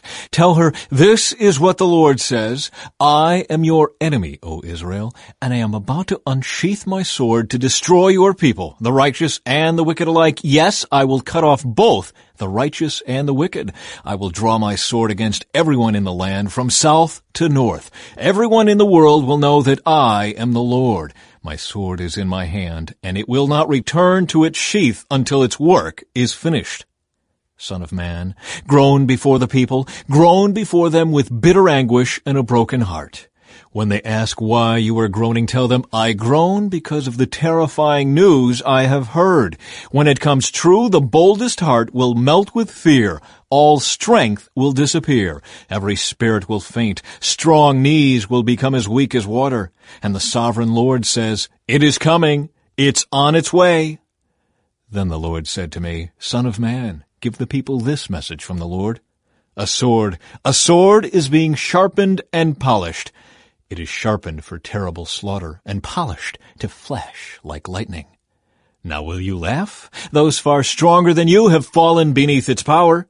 Yes, the sword is now being sharpened and polished. It is being prepared for the executioner. Son of man, cry out and wail. Pound your thighs in anguish. For that sword will slaughter my people and their leaders. Everyone will die. It will put them all to the test. What chance do they have, says the sovereign Lord? Son of man, prophesy to them and clap your hands. Then take the sword and brandish it twice, even 3 times, to symbolize the great massacre facing them on every side. Let their hearts melt with terror, for the sword glitters at every gate. It flashes like lightning and is polished for slaughter. O sword, slash to the right, then slash to the left. Wherever you will, wherever you want, I too will clap my hands, and I will satisfy my fury. I, the Lord, have spoken. Omens for Babylon's king. Then this message came to me from the Lord: Son of man, make a map and trace 2 routes on it for the sword of Babylon's king to follow. Put a signpost on the road that comes out of Babylon where the road forks into 2, one road going to Ammon and its capital Rabbah, and the other to Judah and fortified Jerusalem. The king of Babylon now stands at the fork, uncertain whether to attack Jerusalem or Rabbah. He calls his magicians to look for omens. They cast lots by shaking arrows from the quiver. They inspect the livers of animal sacrifices. The omen in his right hand says, Jerusalem. With battering rams his soldiers will go against the gates, shouting for the kill. They will put up siege towers and build ramps against the walls. The people of Jerusalem will think it is a false omen because of their treaty with the Babylonians. But the king of Babylon will remind the people of their rebellion. Then he will attack and capture them. Therefore, this is what the sovereign Lord says: again and again you remind me of your sin and your guilt. You don't even try to hide it. In everything you do, your sins are obvious for all to see. So now the time of your punishment has come. O you corrupt and wicked prince of Israel, your final day of reckoning is here. This is what the sovereign Lord says: take off your jeweled crown, for the old order changes. Now the lowly will be exalted, and the mighty will be brought down. Destruction, destruction! I will surely destroy the kingdom, and it will not be restored until the one appears who has the right to judge it. Then I will hand it over to him. A message for the Ammonites. And now, son of man, prophesy concerning the Ammonites and their mockery. Give them this message from the sovereign Lord: a sword is drawn for your slaughter. It is polished to destroy, flashing like lightning. Your prophets have given false visions, and your fortune-tellers have told lies. The sword will fall on the necks of the wicked, for whom the day of final reckoning has come. Now return the sword to its sheath, for in your own country, the land of your birth, I will pass judgment upon you. I will pour out my fury on you and blow on you with the fire of my anger. I will hand you over to cruel men who are skilled in destruction. You will be fuel for the fire, and your blood will be spilled in your own land. You will be utterly wiped out, your memory lost to history, for I, the Lord, have spoken. Chapter 22. The Sins of Jerusalem. Now this message came to me from the Lord. Son of man, are you ready to judge Jerusalem? Are you ready to judge this city of murderers? Publicly denounce her detestable sins and give her this message from the sovereign Lord. O city of murderers, doomed and damned, city of idols, filthy and foul, you are guilty because of the blood you have shed. You are defiled because of the idols you have made. Your day of destruction has come. You have reached the end of your years. I will make you an object of mockery throughout the world.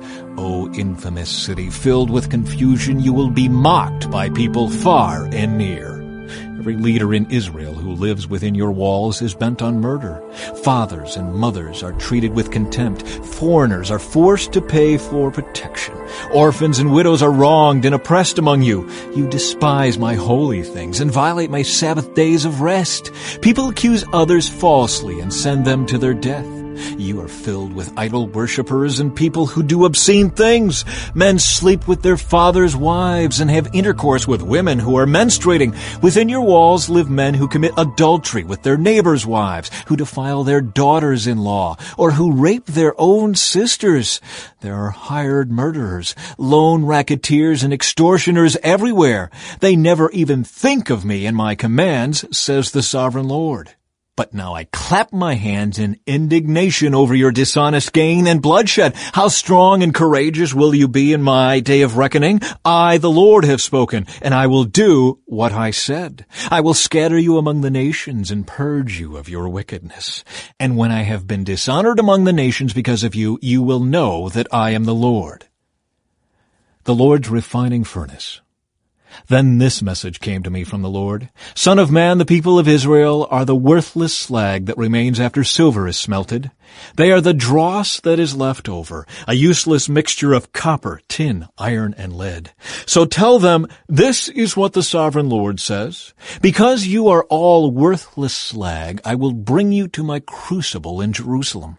Just as copper, iron, lead, and tin are melted down in a furnace, I will melt you down in the heat of my fury. I will gather you together and blow the fire of my anger upon you, and you will melt like silver in fierce heat. Then you will know that I, the Lord, have poured out my fury on you. The sins of Israel's leaders. Again a message came to me from the Lord. Son of man, give the people of Israel this message. In the day of my indignation you will be like a polluted land, a land without rain. Your princes plot conspiracies just as lions stalk their prey. They devour innocent people, seizing treasures and extorting wealth. They make many widows in the land. Your priests have violated my instructions and defiled my holy things. They make no distinction between what is holy and what is not. And they do not teach my people the difference between what is ceremonially clean and unclean. They disregard my Sabbath days, so that I am dishonored among them. Your leaders are like wolves who tear apart their victims. They actually destroy people's lives for money. And your prophets cover up for them by announcing false visions and making lying predictions. They say, my message is from the sovereign Lord, when the Lord hasn't spoken a single word to them. Even common people oppress the poor, rob the needy, and deprive foreigners of justice. I looked for someone who might rebuild the wall of righteousness that guards the land. I searched for someone to stand in the gap in the wall so I wouldn't have to destroy the land, but I found no one. So now I will pour out my fury on them, consuming them with the fire of my anger. I will heap on their heads the full penalty for all their sins. I, the sovereign Lord, have spoken. Chapter 23. The adultery of two sisters. This message came to me from the Lord. Son of man, once there were two sisters who were daughters of the same mother. They became prostitutes in Egypt. Even as young girls, they allowed men to fondle their breasts. The older girl was named Oholah, and her sister was Oholibah. I married them, and they bore me sons and daughters. I am speaking of Samaria and Jerusalem, for Oholah is Samaria, and Oholibah is Jerusalem. Then Oholah lusted after other lovers instead of me, and she gave her love to the Assyrian officers. They were all attractive young men, captains and commanders dressed in handsome blue, charioteers driving their horses. And so she prostituted herself with the most desirable men of Assyria, worshipping their idols and defiling herself. For when she left Egypt, she did not leave her spirit of prostitution behind. She was still as lewd as in her youth, when the Egyptians slept with her, fondled her breasts, and used her as a prostitute. And so I handed her over to her Assyrian lovers, whom she desired so much. They stripped her, took away her children as their slaves, and then killed her. After she received her punishment, her reputation was known to every woman in the land. Yet, even though Oholibah saw what had happened to Oholah, her sister, she followed right in her footsteps. And she was even more depraved, abandoning herself to her lust and prostitution. She fawned over all the Assyrian officers, those captains and commanders in handsome uniforms, those charioteers driving their horses, all of them attractive young men. I saw the way she was going, defiling herself just like her older sister. Then she carried her prostitution even further. She fell in love with pictures that were painted on a wall, pictures of Babylonian military officers outfitted in striking red uniforms. Handsome belts encircled their waists, and flowing turbans crowned their heads. They were dressed like chariot officers from the land of Babylonia. When she saw these paintings, she longed to give herself to them. So she sent messengers to Babylonia to invite them to come to her. So they came and committed adultery with her, defiling her in the bed of love. After being defiled, however, she rejected them in disgust. In the same way, I became disgusted with Oholibah and rejected her, just as I had rejected her sister, because she flaunted herself before them and gave herself to satisfy their lusts. Yet she turned to even greater prostitution, remembering her youth when she was a prostitute in Egypt. She lusted after lovers with genitals as large as a donkey's and emissions like those of a horse. And so, Oholibah, you relived your former days as a young girl in Egypt, when you first allowed your breasts to be fondled. The Lord's judgment of Oholibah.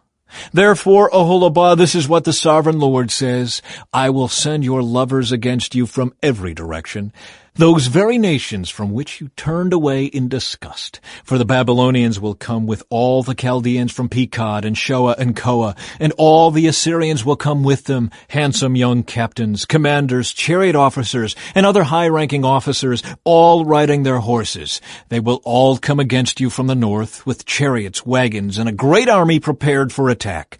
They will take up positions on every side, surrounding you with men armed with shields and helmets, and I will hand you over to them for punishment, so they can do with you as they please. I will turn my jealous anger against you, and they will deal harshly with you. They will cut off your nose and ears, and any survivors will then be slaughtered by the sword. Your children will be taken away as captives, and everything that is left will be burned. They will strip you of your beautiful clothes and jewels. In this way, I will put a stop to the lewdness and prostitution you brought from Egypt. You will never again cast longing eyes on those things, or fondly remember your time in Egypt. For this is what the sovereign Lord says: I will surely hand you over to your enemies, to those you loathe, those you rejected. They will treat you with hatred and rob you of all you own, leaving you stark naked. The shame of your prostitution will be exposed to all the world. You brought all this on yourself by prostituting yourself to other nations, defiling yourself with all their idols. Because you have followed in your sister's footsteps, I will force you to drink the same cup of terror she drank. Yes, this is what the sovereign Lord says: you will drink from your sister's cup of terror, a cup that is large and deep.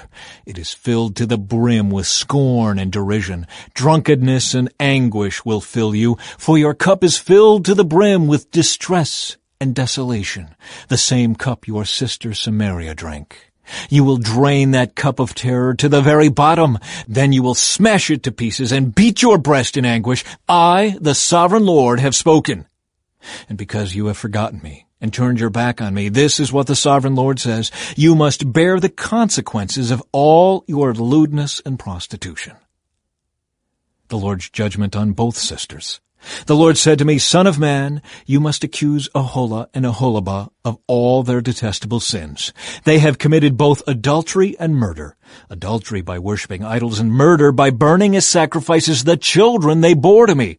Furthermore, they have defiled my temple and violated my Sabbath day.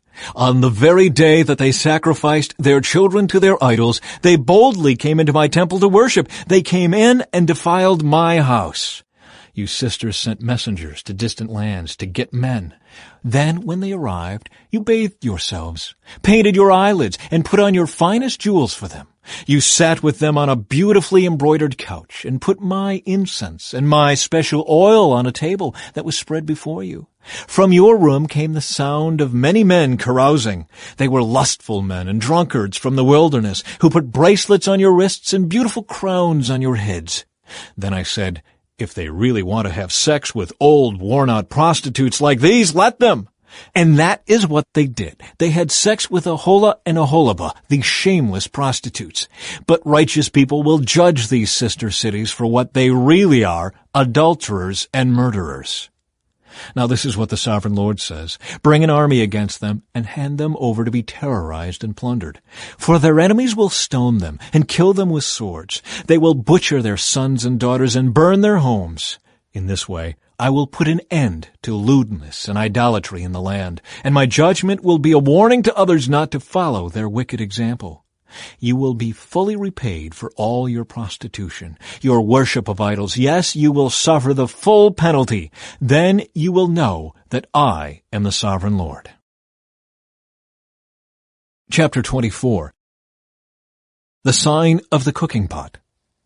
On January 15, during the 9th year of King Jehoiachin's captivity, this message came to me from the Lord. Son of man, write down today's date, because on this very day the king of Babylon is beginning his attack against Jerusalem. Then give these rebels an illustration with this message from the Sovereign Lord.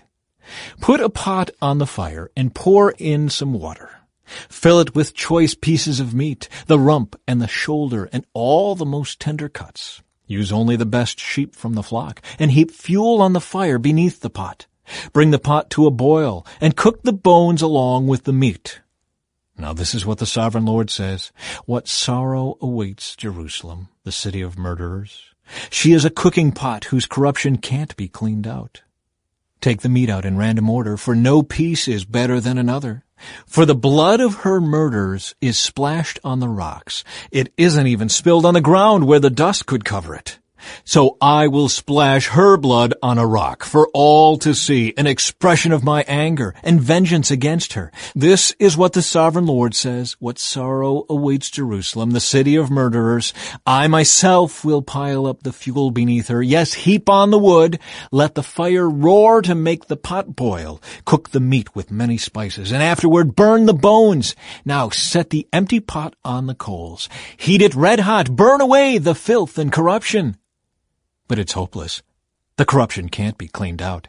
So throw it into the fire. Your impurity is your lewdness and the corruption of your idolatry. I tried to cleanse you, but you refused. So now you will remain in your filth until my fury against you has been satisfied. I, the Lord, have spoken. The time has come, and I won't hold back. I will not change my mind, and I will have no pity on you. You will be judged on the basis of all your wicked actions, says the Sovereign Lord. The death of Ezekiel's wife. Then this message came to me from the Lord. Son of man, with one blow I will take away your dearest treasure. Yet you must not show any sorrow at her death. Do not weep. Let there be no tears. Groan silently, but let there be no wailing at her grave. Do not uncover your head or take off your sandals. Do not perform the usual rituals of mourning or accept any food brought to you by consoling friends. So I proclaimed this to the people the next morning, and in the evening my wife died. The next morning I did everything I had been told to do. Then the people asked, "What does all this mean? What are you trying to tell us?" So I said to them, "A message came to me from the Lord, and I was told to give this message to the people of Israel. This is what the Sovereign Lord says.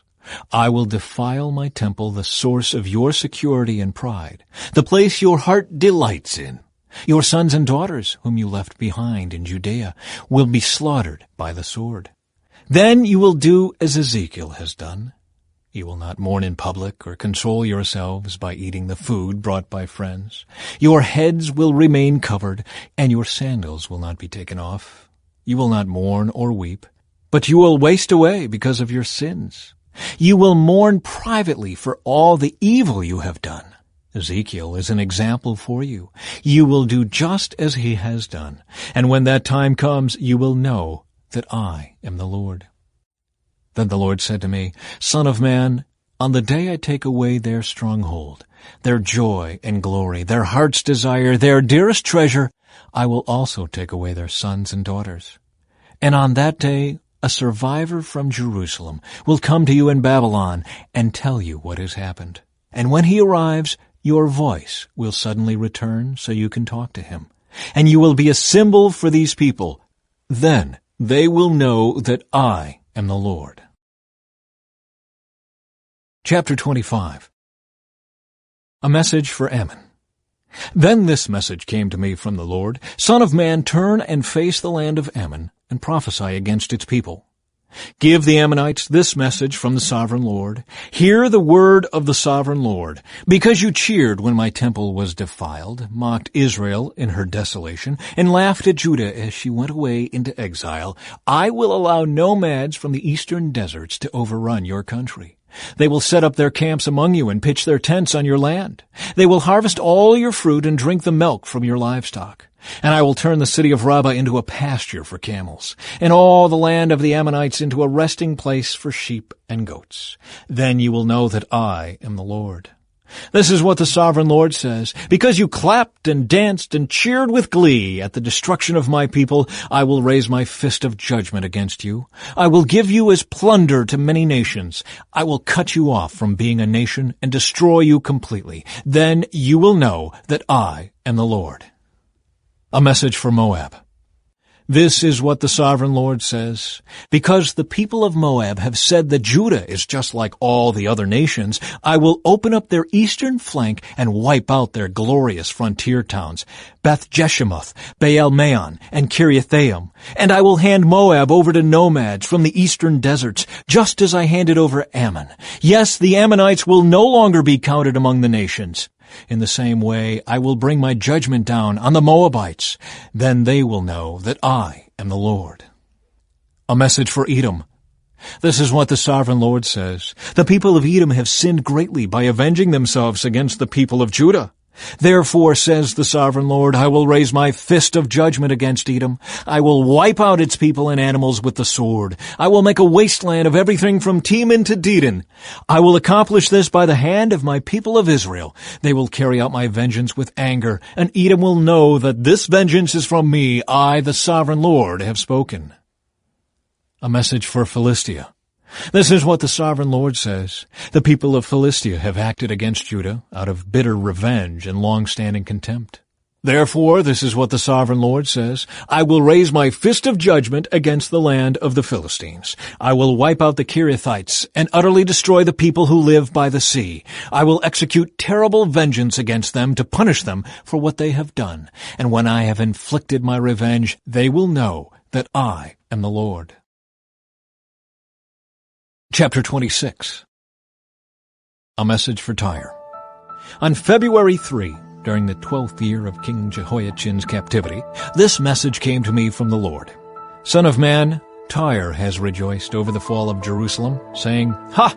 She who was the gateway to the rich trade routes to the east has been broken, and I am the heir. Because she has been made desolate, I will become wealthy. Therefore, this is what the sovereign Lord says. I am your enemy, O Tyre, and I will bring many nations against you, like the waves of the sea crashing against your shoreline. They will destroy the walls of Tyre and tear down its towers. I will scrape away its soil and make it a bare rock. It will be just a rock in the sea, a place for fishermen to spread their nets. For I have spoken, says the sovereign Lord. Tyre will become the prey of many nations, and its mainland villages will be destroyed by the sword.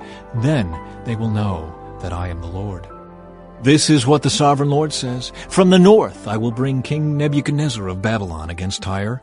He is King of kings and brings his horses, chariots, charioteers, and great army. First, he will destroy your mainland villages. Then he will attack you by building a siege wall, constructing a ramp, and raising a roof of shields against you. He will pound your walls with battering rams and demolish your towers with sledgehammers. The hooves of his horses will choke the city with dust, and the noise of the charioteers and chariot wheels will shake your walls as they storm through your broken gates. His horsemen will trample through every street in the city. They will butcher your people, and your strong pillars will topple. They will plunder all your riches and merchandise and break down your walls. They will destroy your lovely homes and dump your stones and timbers and even your dust into the sea. I will stop the music of your songs. No more will the sound of harps be heard among your people. I will make your island a bare rock, a place for fishermen to spread their nets. You will never be rebuilt, for I, the Lord, have spoken. Yes, the sovereign Lord has spoken. The effect of Tyre's destruction. This is what the sovereign Lord says to Tyre. The whole coastline will tremble at the sound of your fall, as the screams of the wounded echo in the continuing slaughter. All the seaport rulers will step down from their thrones and take off their royal robes and beautiful clothing. They will sit on the ground trembling with horror at your destruction. Then they will wail for you, singing this funeral song. O famous island city, once ruler of the sea, how you have been destroyed! Your people with their naval power once spread fear around the world. Now the coastlands tremble at your fall. The islands are dismayed as you disappear. This is what the sovereign Lord says. I will make Tyre an uninhabited ruin, like many others. I will bury you beneath the terrible waves of enemy attack. Great seas will swallow you. I will send you to the pit to join those who descended there long ago. Your city will lie in ruins, buried beneath the earth, like those in the pit who have entered the world of the dead. You will have no place of respect here in the land of the living. I will bring you to a terrible end, and you will exist no more. You will be looked for, but you will never again be found. I, the sovereign Lord, have spoken. Chapter 27. The End of Tyre's Glory.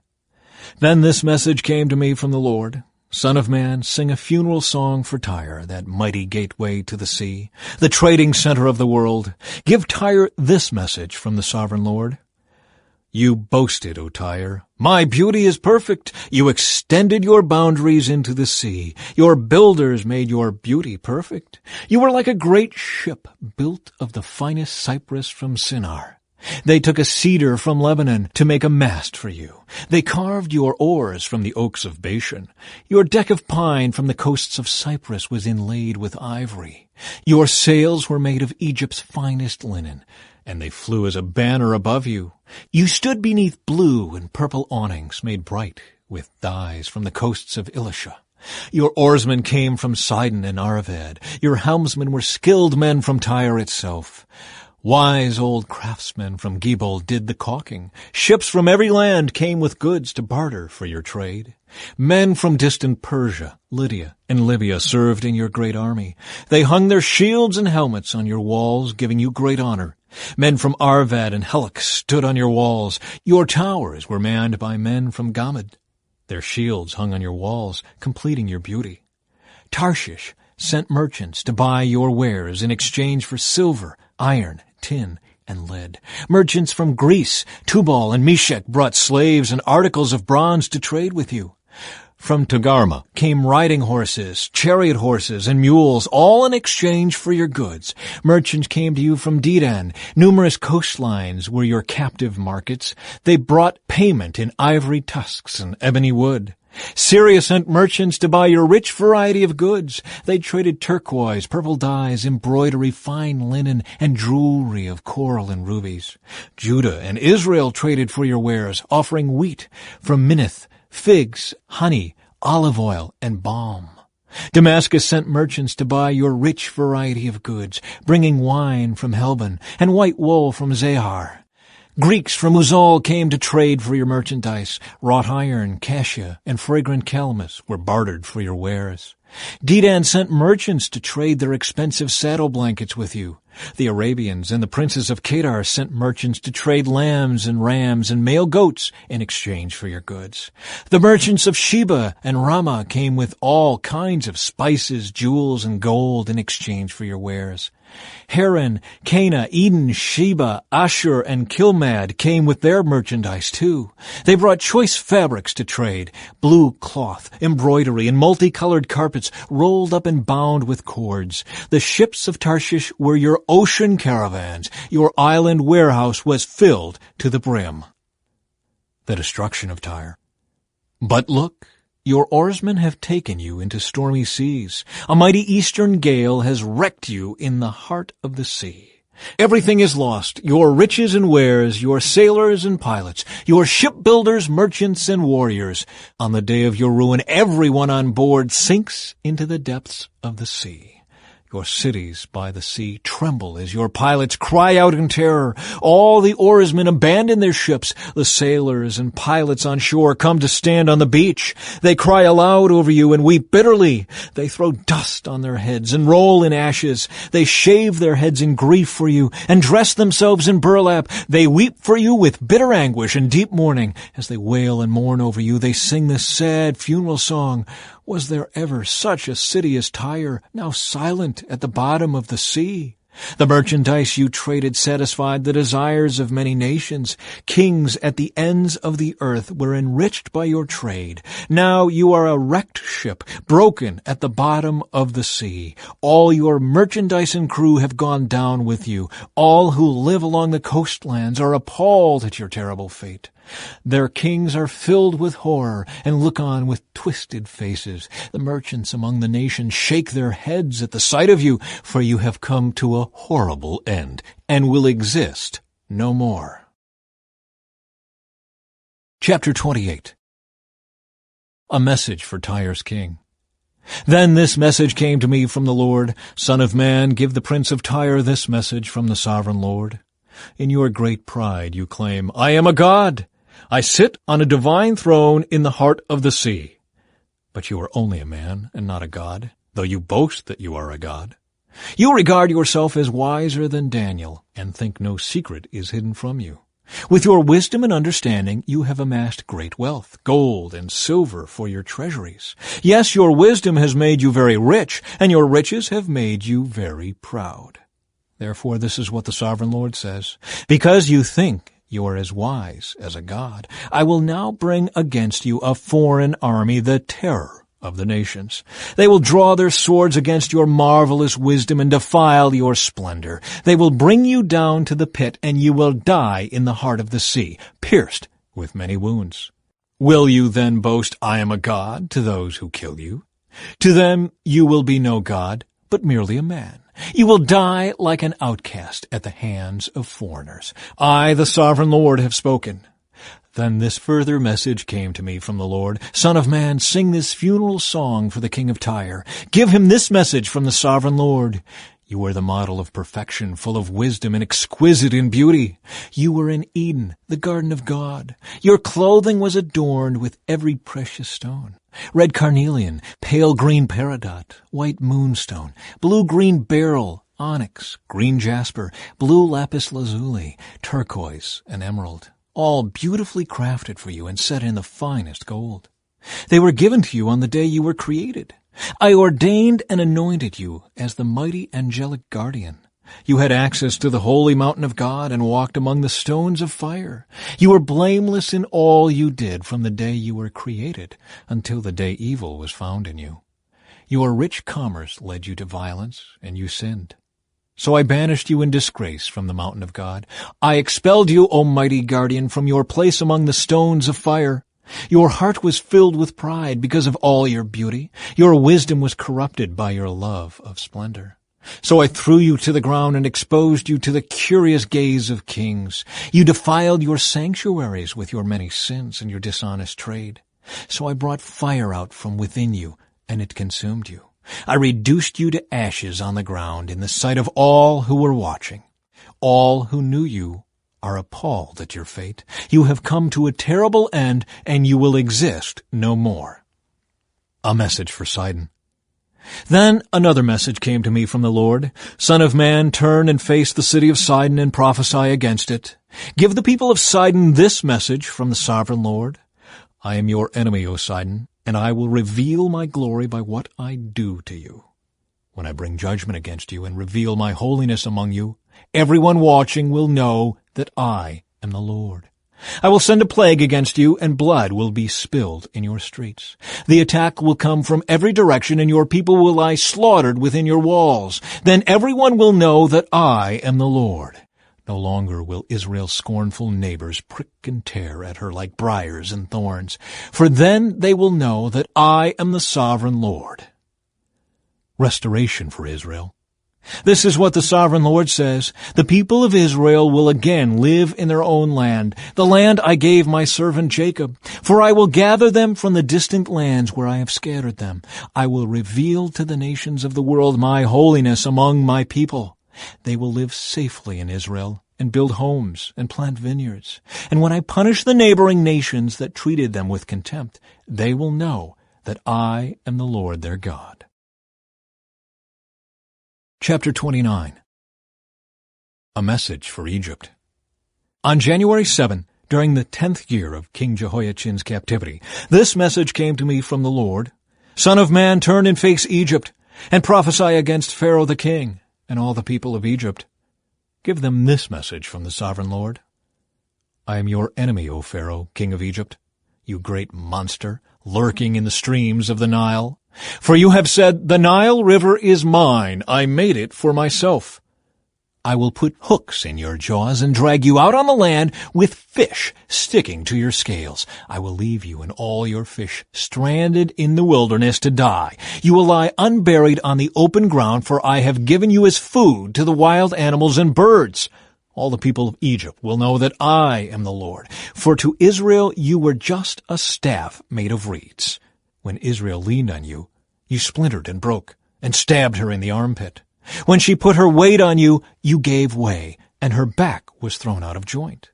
Therefore this is what the sovereign Lord says, I will bring an army against you, O Egypt, and destroy both people and animals. The land of Egypt will become a desolate wasteland, and the Egyptians will know that I am the Lord. Because you said, the Nile River is mine, I made it. I am now the enemy of both you and your river.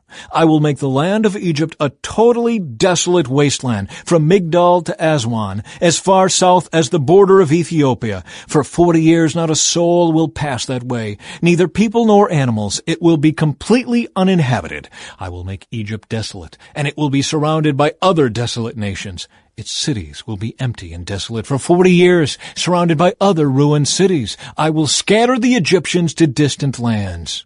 But this is what the sovereign Lord also says. At the end of the 40 years, I will bring the Egyptians home again from the nations to which they have been scattered. I will restore the prosperity of Egypt and bring its people back to the land of Pathros in southern Egypt, from which they came. But Egypt will remain an unimportant minor kingdom. It will be the lowliest of all the nations, never again great enough to rise above its neighbors. Then Israel will no longer be tempted to trust in Egypt for help.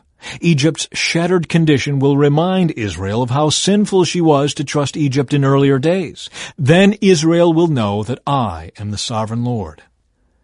Nebuchadnezzar to conquer Egypt. On April 26, the first day of the new year, during the 27th year of King Jehoiachin's captivity, this message came to me from the Lord.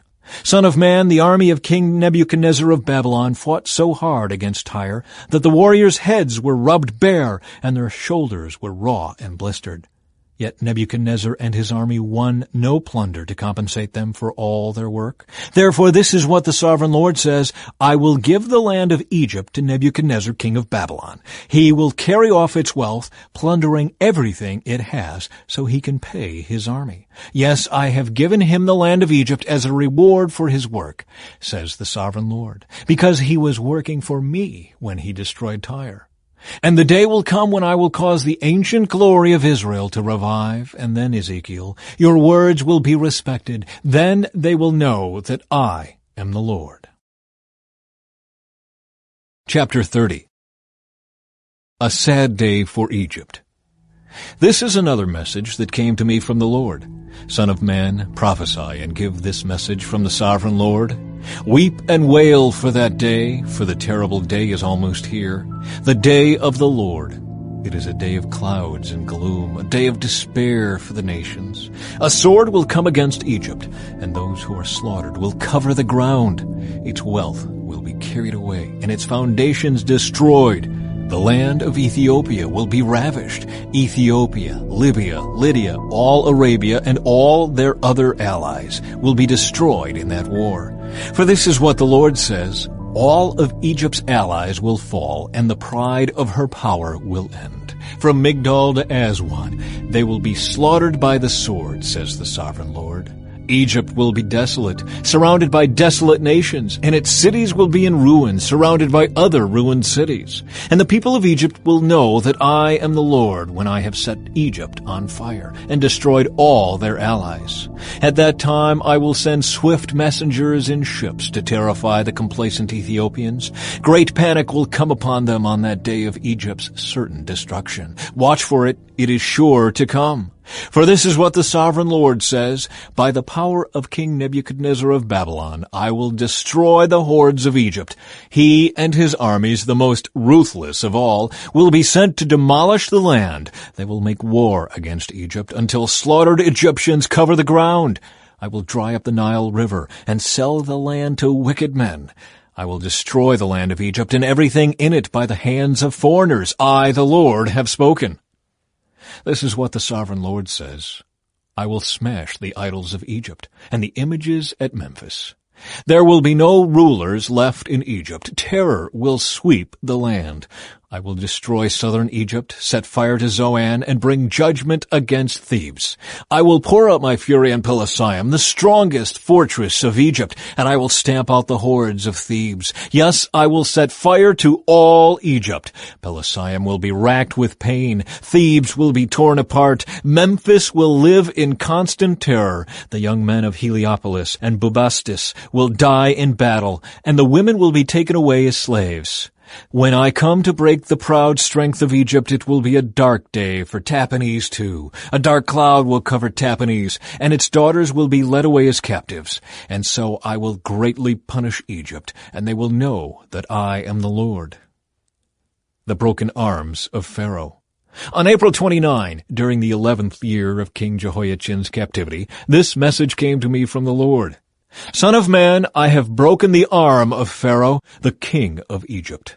His arm has not been put in a cast so that it may heal. Neither has it been bound up with a splint to make it strong enough to hold a sword. Therefore, this is what the sovereign Lord says. I am the enemy of Pharaoh, the king of Egypt. I will break both of his arms, the good arm along with the broken one, and I will make his sword clatter to the ground. I will scatter the Egyptians to many lands throughout the world. I will strengthen the arms of Babylon's king and put my sword in his hand. But I will break the arms of Pharaoh, king of Egypt, and he will lie there mortally wounded, groaning in pain. I will strengthen the arms of the king of Babylon while the arms of Pharaoh fall useless to his sides. And when I put my sword in the hand of Babylon's king and he brings it against the land of Egypt, Egypt will know that I am the Lord. I will scatter the Egyptians among the nations, dispersing them throughout the earth.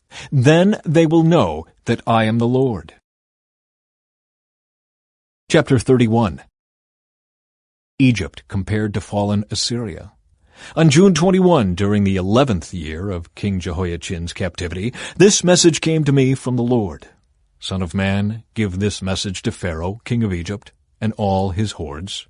To whom would you compare your greatness? You are like mighty Assyria, which was once like a cedar of Lebanon with beautiful branches that cast deep forest shade, and with its top high among the clouds. Deep springs watered it and helped it to grow tall and luxuriant. The water flowed around it like a river, streaming to all the trees nearby.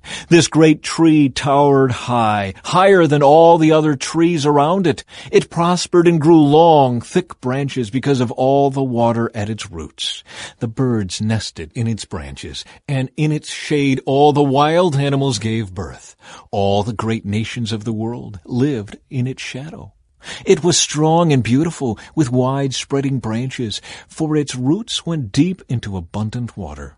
No other cedar in the garden of God could rival it. No cypress had branches to equal it. No plane tree had boughs to compare. No tree in the garden of God came close to it in beauty. Because I made this tree so beautiful and gave it such magnificent foliage, it was the envy of all the other trees of Eden, the garden of God. Therefore, this is what the sovereign Lord says. Because Egypt became proud and arrogant, and because it set itself so high above the others, with its top reaching to the clouds, I will hand it over to a mighty nation that will destroy it as its wickedness deserves. I have already discarded it. A foreign army, the terror of the nations, has cut it down and left it fallen on the ground. Its branches are scattered across the mountains and valleys and ravines of the land. All those who lived in its shadow have gone away and left it lying there. The birds roost on its fallen trunk, and the wild animals lie among its branches.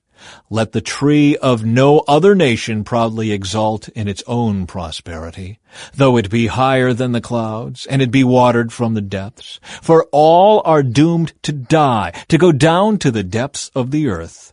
They will land in the pit along with everyone else on earth. This is what the sovereign Lord says. When Assyria went down to the grave, I made the deep springs mourn. I stopped its rivers and dried up its abundant water. I clothed Lebanon in black and caused the trees of the field to wilt. I made the nation shake with fear at the sound of its fall, for I sent it down to the grave with all the others who descend to the pit. And all the other proud trees of Eden, the most beautiful and the best of Lebanon, the ones whose roots went deep into the water, took comfort to find it there with them in the depths of the earth. Its allies, too, were all destroyed and had passed away. They had gone down to the grave, all those nations that had lived in its shade. O Egypt, to which of the trees of Eden will you compare your strength and glory? You, too, will be brought down to the depths with all these other nations. You will lie there among the outcasts who have died by the sword. This will be the fate of Pharaoh and all his hordes. I, the sovereign Lord, have spoken. Chapter 32. A warning for Pharaoh. On March 3, during the 12th year of King Jehoiachin's captivity, this message came to me from the Lord. Son of man, mourn for Pharaoh, king of Egypt, and give him this message. You think of yourself as a strong young lion among the nations, but you are really just a sea monster, heaving around in your own rivers, stirring up mud with your feet. Therefore, this is what the sovereign Lord says, I will send many people to catch you in my net and haul you out of the water. I will leave you stranded on the land to die. All the birds of the heavens will land on you, and the wild animals of the whole earth will gorge themselves on you. I will scatter your flesh on the hills and fill the valleys with your bones. I will drench the earth with your gushing blood all the way to the mountains, filling the ravines to the brim. When I blot you out, I will veil the heavens and darken the stars. I will cover the sun with a cloud, and the moon will not give you its light. I will darken the bright stars overhead and cover your land in darkness. I, the sovereign Lord, have spoken. I will disturb many hearts when I bring news of your downfall to distant nations you have never seen. Yes, I will shock many lands, and their kings will be terrified at your fate. They will shudder in fear for their lives as I brandish my sword before them on the day of your fall. For this is what the sovereign Lord says. The sword of the king of Babylon will come against you. I will destroy your hordes with the swords of mighty warriors, the terror of the nations. They will shatter the pride of Egypt, and all its hordes will be destroyed. I will destroy all your flocks and herds that graze beside the streams. Never again will people or animals muddy those waters with their feet. Then I will let the waters of Egypt become calm again, and they will flow as smoothly as olive oil, says the sovereign Lord. And when I destroy Egypt and strip you of everything you own and strike down all your people, then you will know that I am the Lord. Yes, this is the funeral song they will sing for Egypt. Let all the nations mourn. Let them mourn for Egypt and its hordes. I, the sovereign Lord, have spoken. Egypt falls into the pit.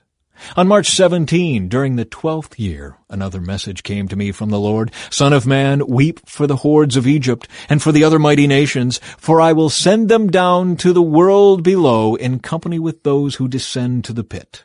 Say to them, O Egypt, are you lovelier than the other nations? No, so go down to the pit and lie there among the outcasts. The Egyptians will fall with the many who have died by the sword, for the sword is drawn against them. Egypt and its hordes will be dragged away to their judgment. Down in the grave, mighty leaders will mockingly welcome Egypt and its allies, saying, They have come down, they lie among the outcasts, hordes slaughtered by the sword. Assyria lies there, surrounded by the graves of its army, those who were slaughtered by the sword. Their graves are in the depths of the pit, and they are surrounded by their allies. They struck terror in the hearts of people everywhere, but now they have been slaughtered by the sword. Elam lies there surrounded by the graves of all its hordes, those who were slaughtered by the sword. They struck terror in the hearts of people everywhere, but now they have descended as outcasts to the world below. Now they lie in the pit and share the shame of those who have gone before them. They have a resting place among the slaughtered, surrounded by the graves of all their hordes. Yes, they terrorized the nations while they lived, but now they lie in shame with others in the pit, all of them outcasts, slaughtered by the sword. Meshach and Tubal are there, surrounded by the graves of all their hordes. They once struck terror in the hearts of people everywhere, but now they are outcasts, all slaughtered by the sword. They are not buried in honor like their fallen heroes, who went down to the grave with their weapons, their shields covering their bodies, and their swords beneath their heads. Their guilt rests upon them because they brought terror to everyone while they were still alive. You too, Egypt, will lie crushed and broken among the outcasts, all slaughtered by the sword. Edom is there with its kings and princes. Mighty as they were, they also lie among those slaughtered by the sword, with the outcasts who have gone down to the pit. All the princes of the north and the Sidonians are there, with others who have died. Once a terror, they have been put to shame. They lie there as outcasts with others who were slaughtered by the sword. They share the shame of all who have descended to the pit. When Pharaoh and his entire army arrive, he will take comfort that he is not alone in having his hordes killed, says the sovereign Lord. Although I have caused his terror to fall upon all the living, Pharaoh and his hordes will lie there among the outcasts who were slaughtered by the sword. I, the sovereign Lord, have spoken. Chapter 33. Ezekiel as Israel's watchman. Once again a message came to me from the Lord. Son of man, give your people this message. When I bring an army against a country, the people of that land choose one of their own to be a watchman. When the watchman sees the enemy coming, he sounds the alarm to warn the people. Then if those who hear the alarm refuse to take action, it is their own fault if they die. They heard the alarm but ignored it, so the responsibility is theirs. If they had listened to the warning, they could have saved their lives. But if the watchman sees the enemy coming and doesn't sound the alarm to warn the people, he is responsible for their captivity. They will die in their sins, but I will hold the watchman responsible for their deaths. Now, Son of man, I am making you a watchman for the people of Israel. Therefore listen to what I say and warn them for me. If I announce that some wicked people are sure to die, and you fail to tell them to change their ways, then they will die in their sins, and I will hold you responsible for their deaths. But if you warn them to repent and they don't repent, they will die in their sins, but you will have saved yourself. The watchman's message. Son of man, give the people of Israel this message. You are saying, our sins are heavy upon us. We are wasting away. How can we survive? As surely as I live, says the sovereign Lord, I take no pleasure in the death of wicked people. I only want them to turn from their wicked ways so they can live. Turn from your wickedness, O people of Israel. Why should you die? Son of man, give your people this message. The righteous behavior of righteous people will not save them if they turn to sin, nor will the wicked behavior of wicked people destroy them if they repent and turn from their sins. When I tell righteous people that they will live, but then they sin, expecting their past righteousness to save them, then none of their righteous acts will be remembered. I will destroy them for their sins. And suppose I tell some wicked people that they will surely die, but then they turn from their sins and do what is just and right. For instance, they might give back a debtor's security, return what they have stolen, and obey my life-giving laws, no longer doing what is evil. If they do this, then they will surely live and not die. None of their past sins will be brought up again, for they have done what is just and right, and they will surely live. Your people are saying, the Lord isn't doing what's right, but it is they who are not doing what's right. For again I say, when righteous people turn away from their righteous behavior and turn to evil, they will die. But if wicked people turn from their wickedness and do what is just and right, they will live. O people of Israel, you are saying, the Lord isn't doing what's right, but I judge each of you according to your deeds. Explanation of Jerusalem's fall. On January 8, during the 12th year of our captivity, a survivor from Jerusalem came to me and said, the city has fallen. The previous evening the Lord had taken hold of me and given me back my voice, so I was able to speak when this man arrived the next morning. Then this message came to me from the Lord, Son of man, the scattered remnants of Judah living among the ruined cities keep saying, Abraham was only one man, yet he gained possession of the entire land. We are many. Surely the land has been given to us as a possession. So tell these people, this is what the sovereign Lord says. You eat meat with blood in it. You worship idols, and you murder the innocent. Do you really think the land should be yours? Murderers, idolaters, adulterers, should the land belong to you? Say to them, this is what the sovereign Lord says. As surely as I live, those living in the ruins will die by the sword, and I will send wild animals to eat those living in the open fields. Those hiding in the forts and caves will die of disease. I will completely destroy the land and demolish her pride. Her arrogant power will come to an end. The mountains of Israel will be so desolate that no one will even travel through them. When I have completely destroyed the land because of their detestable sins, then they will know that I am the Lord. Son of man, your people talk about you in their houses and whisper about you at the doors. They say to each other, come on, let's go hear the prophet tell us what the Lord is saying. So my people come pretending to be sincere and sit before you. They listen to your words, but they have no intention of doing what you say. Their mouths are full of lustful words, and their hearts seek only after money. You are very entertaining to them, like someone who sings love songs with a beautiful voice or plays fine music on an instrument. They hear what you say, but they don't act on it. But when all these terrible things happen to them, as they certainly will, then they will know a prophet has been among them. Chapter 34. The Shepherds of Israel. Then this message came to me from the Lord. Son of man, prophesy against the shepherds, the leaders of Israel. Give them this message from the sovereign Lord. What sorrow awaits you shepherds who feed yourselves instead of your flocks? Shouldn't shepherds feed their sheep? You drink the milk, wear the wool, and butcher the best animals, but you let your flocks starve. You have not taken care of the weak, you have not tended the sick or bound up the injured. You have not gone looking for those who have wandered away and are lost. Instead, you have ruled them with harshness and cruelty. So my sheep have been scattered without a shepherd, and they are easy prey for any wild animal. They have wandered through all the mountains and all the hills across the face of the earth, yet no one has gone to search for them. Therefore, you shepherds, hear the word of the Lord. As surely as I live, says the sovereign Lord, you abandoned my flock and left them to be attacked by every wild animal. And though you were my shepherds, you didn't search for my sheep when they were lost. You took care of yourselves and left the sheep to starve. Therefore, you shepherds, hear the word of the Lord. This is what the sovereign Lord says. I now consider these shepherds my enemies, and I will hold them responsible for what has happened to my flock. I will take away the right to feed the flock, and I will stop them from feeding themselves. I will rescue my flock from their mouths. The sheep will no longer be their prey. The Good Shepherd. For this is what the sovereign Lord says. I myself will search and find my sheep. I will be like a shepherd looking for his scattered flock.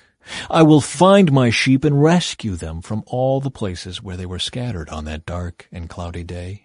I will bring them back home to their own land of Israel from among the peoples and nations. I will feed them on the mountains of Israel and by the rivers and in all the places where people live.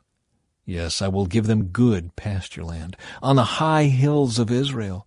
There they will lie down in pleasant places and feed in the lush pastures of the hills. I myself will tend my sheep and give them a place to lie down in peace, says the sovereign Lord.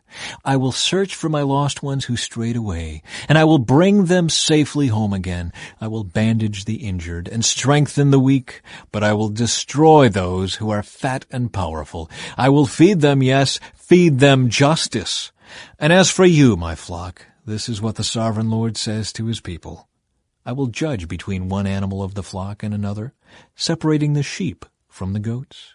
Isn't it enough for you to keep the best of the pastures for yourselves?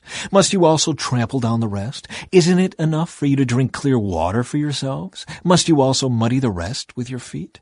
Why must my flock eat what you have trampled down and drink water you have fouled? Therefore, this is what the sovereign Lord says. I will surely judge between the fat sheep and the scrawny sheep. For you fat sheep pushed and butted and crowded my sick and hungry flock until you scattered them to distant lands. So I will rescue my flock, and they will no longer be abused. I will judge between one animal of the flock and another. And I will set over them one shepherd, my servant David. He will feed them and be a shepherd to them. And I, the Lord, will be their God, and my servant David will be a prince among my people. I, the Lord, have spoken. The Lord's covenant of peace.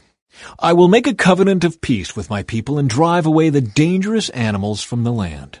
Then they will be able to camp safely in the wildest places and sleep in the woods without fear. I will bless my people and their homes around my holy hill, and in the proper season I will send the showers they need.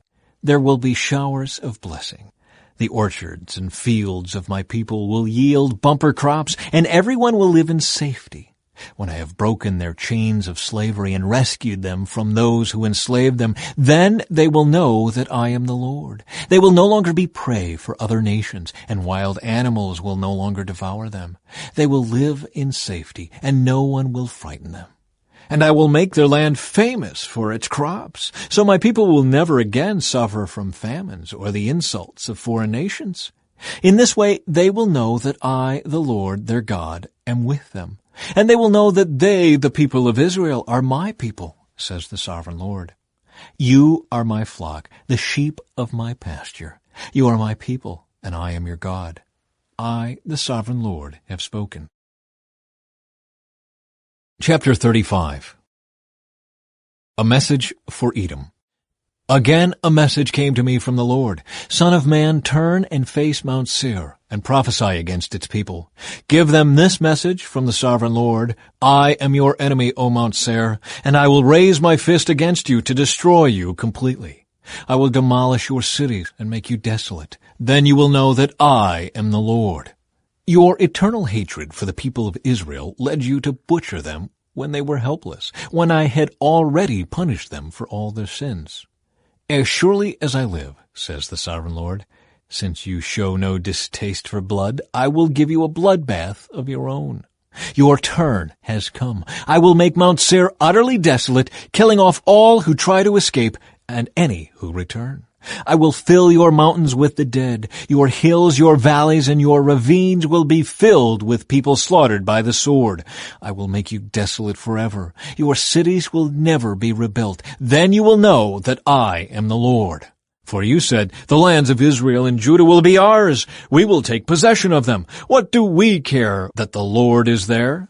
Therefore, as surely as I live, says the sovereign Lord, I will pay back your angry deeds with my own. I will punish you for all your acts of anger, envy, and hatred, and I will make myself known to Israel by what I do to you. Then you will know that I, the Lord, have heard every contemptuous word you spoke against the mountains of Israel. For you said, they are desolate. They have been given to us as food to eat. In saying that, you boasted proudly against me, and I have heard it all. This is what the sovereign Lord says. The whole world will rejoice when I make you desolate. You rejoiced at the desolation of Israel's territory. No, I will rejoice at yours. You will be wiped out, you people of Mount Seir, and all who live in Edom. Then you will know that I am the Lord. Chapter 36. Restoration for Israel. Son of man, prophesy to Israel's mountains. Give them this message. O mountains of Israel, hear the word of the Lord. This is what the sovereign Lord says. Your enemies have taunted you, saying, Aha, now the ancient heights belong to us. Therefore, son of man, give the mountains of Israel this message from the sovereign Lord. Your enemies have attacked you from all directions, making you the property of many nations and the object of much mocking and slander. Therefore, O mountains of Israel, hear the word of the sovereign Lord. He speaks to the hills and mountains, ravines and valleys, and to ruined wastes and long deserted cities that have been destroyed and mocked by the surrounding nations. This is what the sovereign Lord says. My jealous anger burns against these nations, especially Edom, because they have shown utter contempt for me by gleefully taking my land for themselves as plunder. Therefore prophesy to the hills and mountains, the ravines and valleys of Israel. This is what the sovereign Lord says. I am furious that you have suffered shame before the surrounding nations. Therefore this is what the sovereign Lord says. I have taken a solemn oath that those nations will soon have their own shame to endure. But the mountains of Israel will produce heavy crops of fruit for my people, for they will be coming home again soon. See, I care about you, and I will pay attention to you. Your ground will be plowed and your crops planted. I will greatly increase the population of Israel, and the ruined cities will be rebuilt and filled with people. I will increase not only the people, but also your animals. O mountains of Israel, I will bring people to live on you once again. I will make you even more prosperous than you were before. Then you will know that I am the Lord. I will cause my people to walk on you once again, and you will be their territory. You will never again rob them of their children. This is what the sovereign Lord says. The other nations taunt you, saying, Israel is a land that devours its own people and robs them of their children. But you will never again devour your people or rob them of their children, says the sovereign Lord. I will not let you hear those other nations insult you, and you will no longer be mocked by them. You will not be a land that causes its nation to fall, says the sovereign Lord. Then this further message came to me from the Lord. Son of man, when the people of Israel were living in their own land, they defiled it by the evil way they lived. To me their conduct was as unclean as a woman's menstrual cloth. They polluted the land with murder and the worship of idols. So I poured out my fury on them. I scattered them to many lands to punish them for the evil way they had lived. But when they were scattered among the nations, they brought shame on my holy name. For the nations said, These are the people of the Lord, but he couldn't keep them safe in his own land. Then I was concerned for my holy name, on which my people brought shame among the nations. Therefore, give the people of Israel this message from the sovereign Lord. I am bringing you back, but not because you deserve it. I am doing it to protect my holy name, on which you brought shame while you were scattered among the nations. I will show you how holy my great name is, the name on which you brought shame among the nations. And when I reveal my holiness through you before their very eyes, says the sovereign Lord, then the nations will know that I am the Lord, for I will gather you up from all the nations and bring you home again to your land. Then I will sprinkle clean water on you, and you will be clean. Your filth will be washed away, and you will no longer worship idols. And I will give you a new heart, and I will put a new spirit in you. I will take out your stony, stubborn heart, and give you a tender, responsive heart. And I will put my spirit in you, so that you will follow my decrees and be careful to obey my regulations. And you will live in Israel, the land I gave your ancestors long ago. You will be my people, and I will be your God. I will cleanse you of your filthy behavior. I will give you good crops of grain, and I will send no more famines on the land. I will give you great harvests from your fruit trees and fields, and never again will the surrounding nations be able to scoff at your land for its famines. Then you will remember your past sins and despise yourselves for all the detestable things you did. But remember, says the sovereign Lord, I am not doing this because you deserve it. O my people of Israel, you should be utterly ashamed of all you have done. This is what the sovereign Lord says. When I cleanse you from your sins, I will repopulate your cities, and the ruins will be rebuilt. The fields that used to lie empty and desolate, in plain view of everyone, will again be farmed. And when I bring you back, people will say, this former wasteland is not like the Garden of Eden. The abandoned and ruined cities now have strong walls and are filled with people. Then the surrounding nations that survive will know that I, the Lord, have rebuilt the ruins and replanted the wasteland. For I, the Lord, have spoken, and I will do what I say. This is what the sovereign Lord says. I am ready to hear Israel's prayers and to increase their numbers like a flock. They will be as numerous as the sacred flocks that fill Jerusalem's streets at the time of her festivals. The ruined cities will be crowded with people once more, and everyone will know that I am the Lord. Chapter 37. A Valley of Dry Bones. The Lord took hold of me, and I was carried away by the Spirit of the Lord to a valley filled with bones. He led me all around among the bones that covered the valley floor. They were scattered everywhere across the ground and were completely dried out. Then he asked me, Son of man, can these bones become living people again? Oh, sovereign Lord, I replied, you alone know the answer to that. Then he said to me, Speak a prophetic message to these bones and say, Dry bones, listen to the word of the Lord. This is what the sovereign Lord says. Look, I am going to put breath into you and make you live again. I will put flesh and muscles on you and cover you with skin. I will put breath into you and you will come to life. Then you will know that I am the Lord. So I spoke this message just as he told me. Suddenly, as I spoke, there was a rattling noise all across the valley. The bones of each body came together and attached themselves as complete skeletons.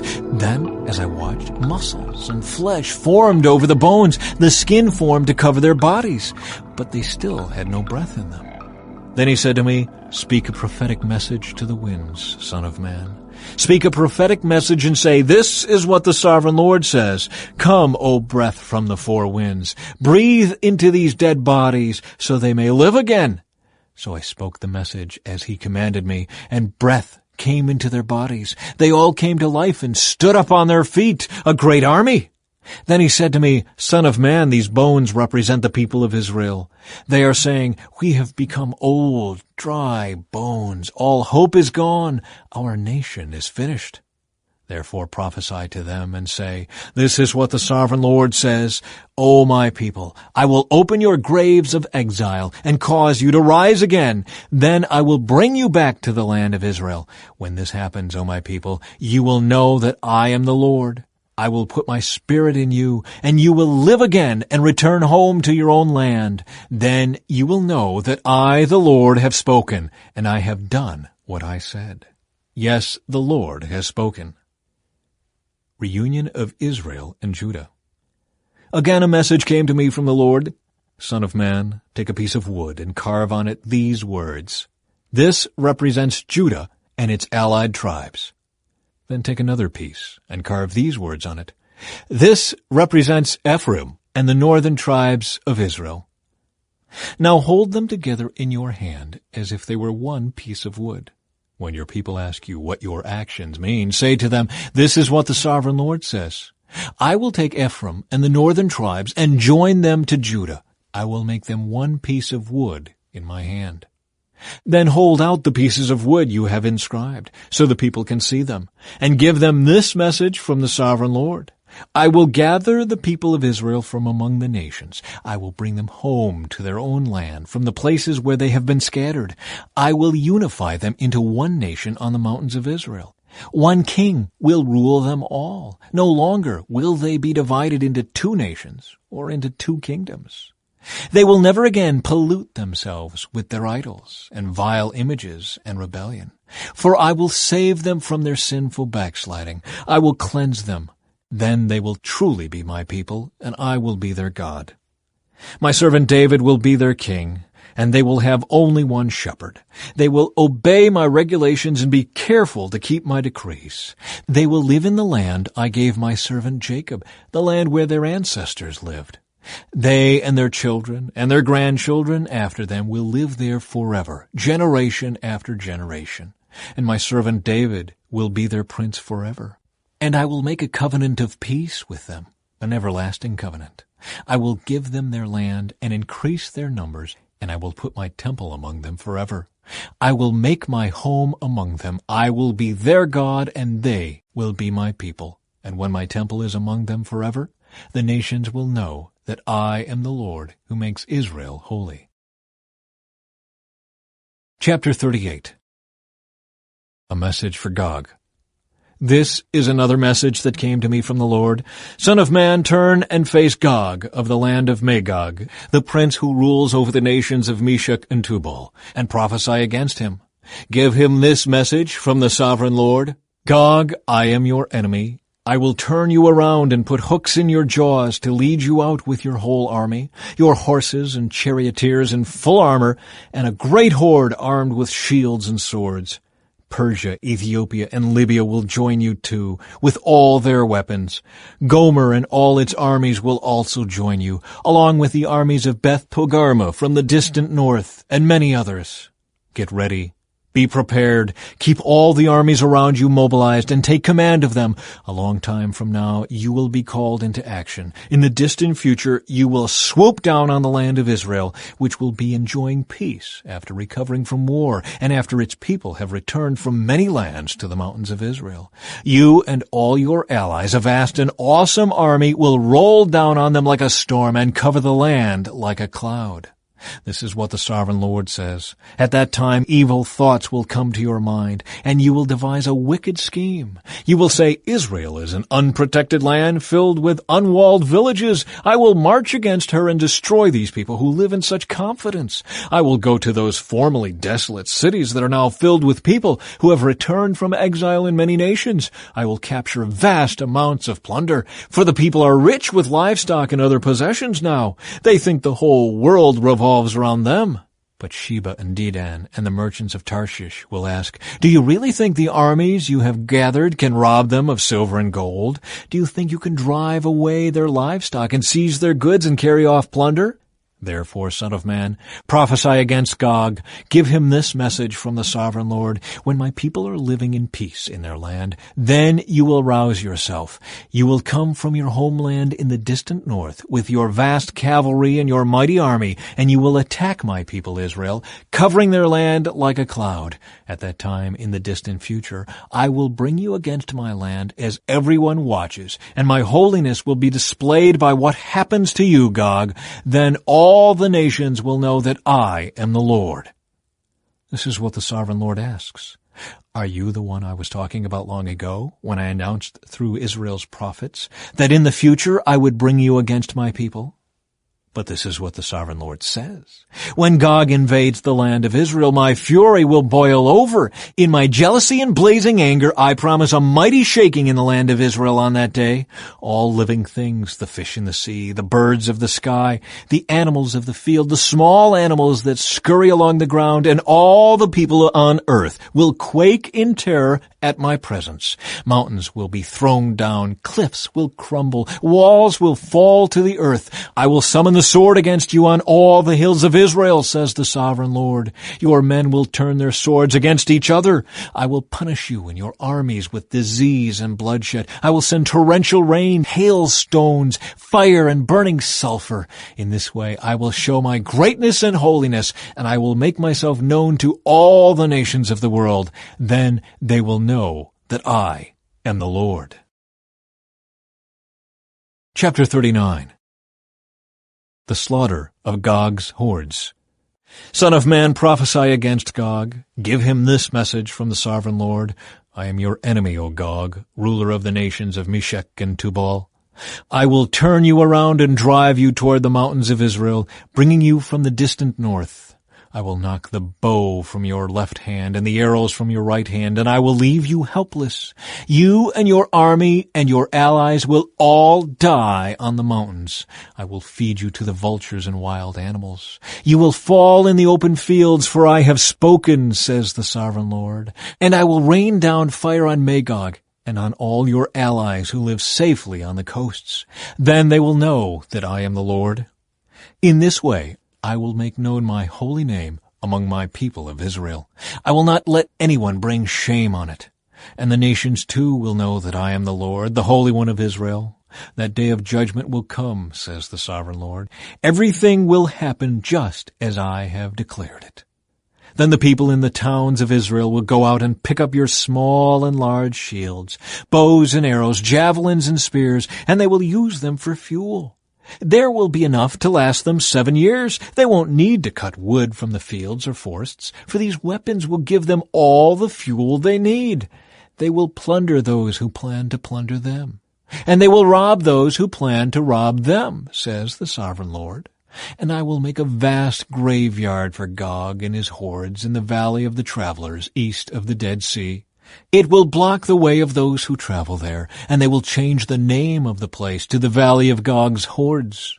It will take 7 months for the people of Israel to bury the bodies and cleanse the land. Everyone in Israel will help, for it will be a glorious victory for Israel when I demonstrate my glory on that day, says the sovereign Lord. After 7 months, teams of men will be appointed to search the land for skeletons to bury, so the land will be made clean again. Whenever bones are found, a marker will be set up so the burial crews will take them to be buried in the valley of Gog's hordes. There will be a town there named Hamona, which means horde, and so the land will finally be cleansed. And now, Son of Man, this is what the sovereign Lord says. Call all the birds and wild animals. Say to them, gather together for my great sacrificial feast. Come from far and near to the mountains of Israel, and there eat flesh and drink blood. Eat the flesh of mighty men and drink the blood of princes, as though they were rams, lambs, goats, and bulls, all fattened animals from Bashan. Gorge yourselves with flesh until you are glutted. Drink blood until you are drunk. This is the sacrificial feast I have prepared for you. Feast at my banquet table. Feast on horses and charioteers, on mighty men and all kinds of valiant warriors, says the sovereign Lord.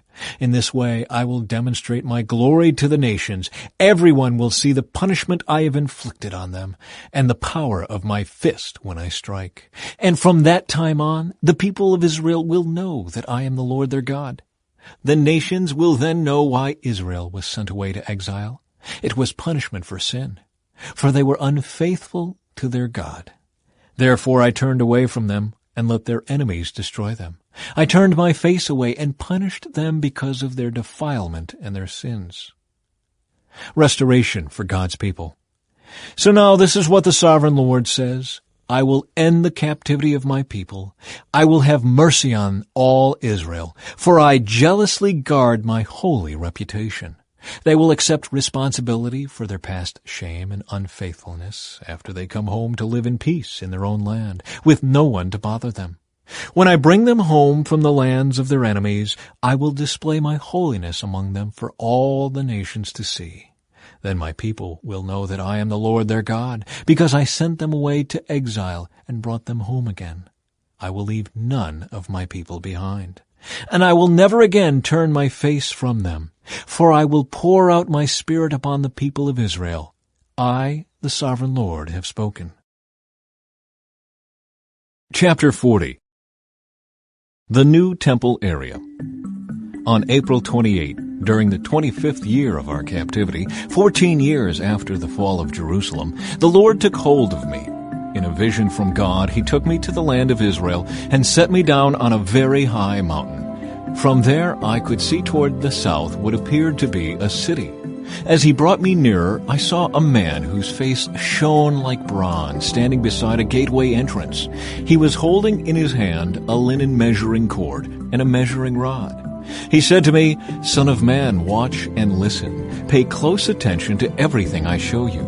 You have been brought here so I can show you many things. Then you will return to the people of Israel and tell them everything you have seen." The East Gateway.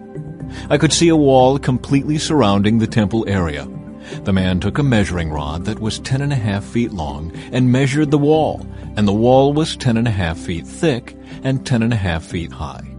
Then he went over to the eastern gateway. He climbed the steps and measured the threshold of the gateway. It was 10.5 feet front to back. There were guard alcoves on each side built into the gateway passage. Each of these alcoves was 10.5 feet square, with a distance between them of 8 3/4 feet along the passage wall. The gateway's inner threshold, which led to the entry room at the inner end of the gateway passage, was 10.5 feet front to back. He also measured the entry room of the gateway. It was 14 feet across, with supporting columns 3.5 feet thick. This entry room was at the inner end of the gateway structure, facing toward the temple. There were 3 guard alcoves on each side of the gateway passage. Each had the same measurements, and the dividing walls separating them were also identical. The man measured the gateway entrance, which was 17.5 feet wide at the opening and 22 3/4 feet wide in the gateway passage. In front of each of the guard alcoves was a 21-inch curb. The alcoves themselves were 10.5 feet on each side. Then he measured the entire width of the gateway, measuring the distance between the back walls of facing guard alcoves. This distance was 43 3/4 feet. He measured the dividing walls all along the inside of the gateway up to the entry room of the gateway. This distance was 105 feet. The full length of the gateway passage was 87.5 feet from one end to the other. There were recessed windows that narrowed inward through the walls of the guard alcoves and their dividing walls. There were also windows in the entry room. The surfaces of the dividing walls were decorated with carved palm trees. The outer courtyard. Then the man brought me through the gateway into the outer courtyard of the temple. A stone pavement ran along the walls of the courtyard, and 30 rooms were built against the walls, opening onto the pavement. This pavement flanked the gates and extended out from the walls into the courtyard the same distance as the gateway entrance. This was the lower pavement. Then the man measured across the temple's outer courtyard between the outer and inner gateways. The distance was 175 feet. The north gateway. The man measured the gateway on the north, just like the one on the east. Here, too, there were 3 guard alcoves on each side, with dividing walls and an entry room. All the measurements matched those of the east gateway. The gateway passage was 87.5 feet long and 43 3/4 feet wide between the back walls of facing guard alcoves. The windows, the entry room, and the palm tree decorations were identical to those in the east gateway. There were 7 steps leading up to the gateway entrance, and the entry room was at the inner end of the gateway passage. Here on the north side, just as on the east, there was another gateway leading to the temple's inner courtyard directly opposite this outer gateway. The distance between the 2 gateways was 175 feet. The south gateway. Then the man took me around to the south gateway and measured its various parts, and they were exactly the same as in the others. It had windows along the walls as the others did, and there was an entry room where the gateway passage opened into the outer courtyard. And like the others, the gateway passage was 87.5 feet long and 43 3/4 feet wide between the back walls of facing guard alcoves.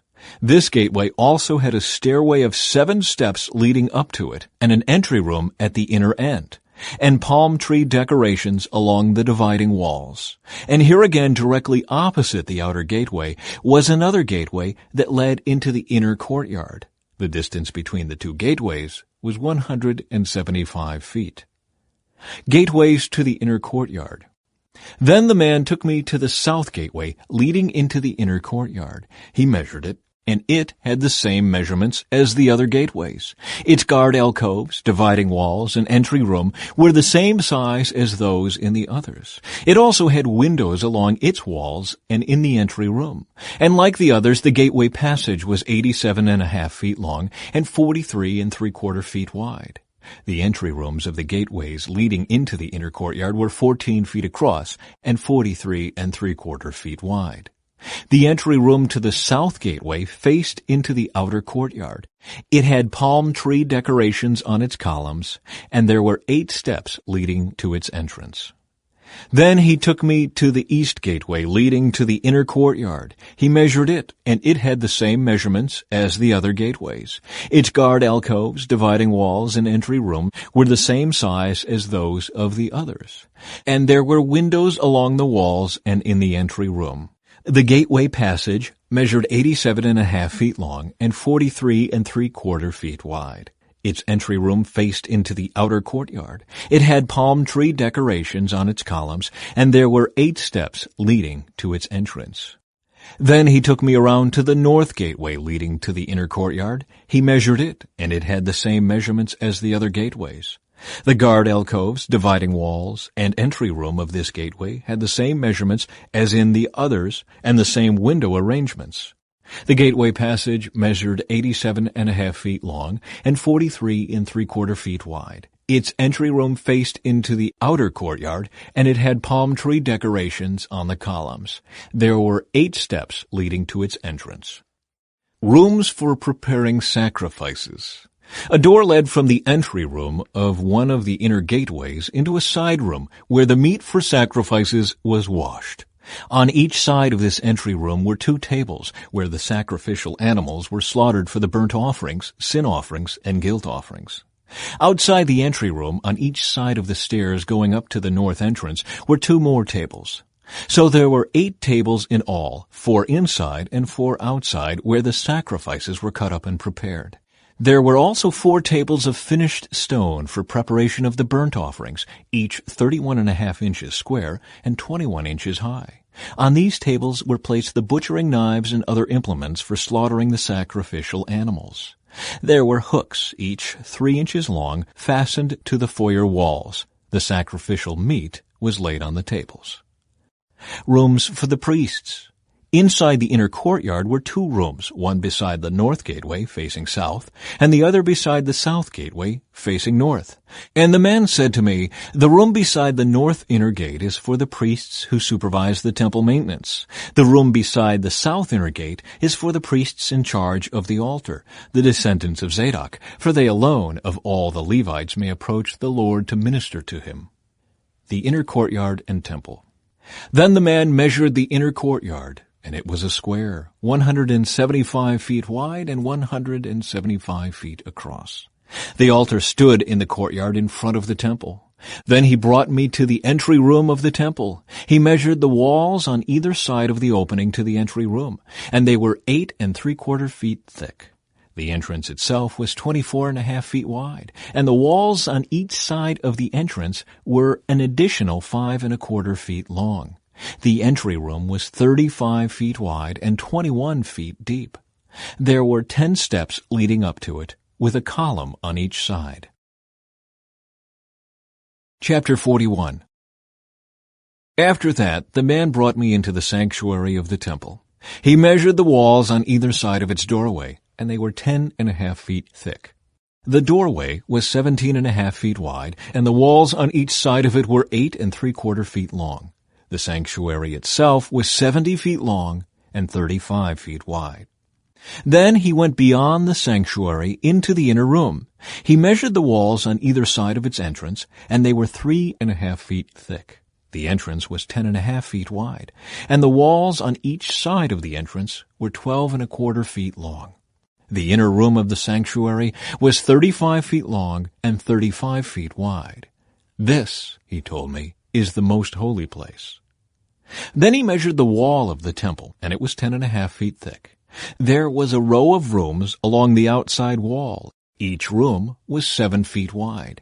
These side rooms were built in 3 levels, one above the other, with 30 rooms on each level. The supports for these side rooms rested on exterior ledges on the temple wall. They did not extend into the wall. Each level was wider than the one below it, corresponding to the narrowing of the temple wall as it rose higher. A stairway led up from the bottom level through the middle level to the top level.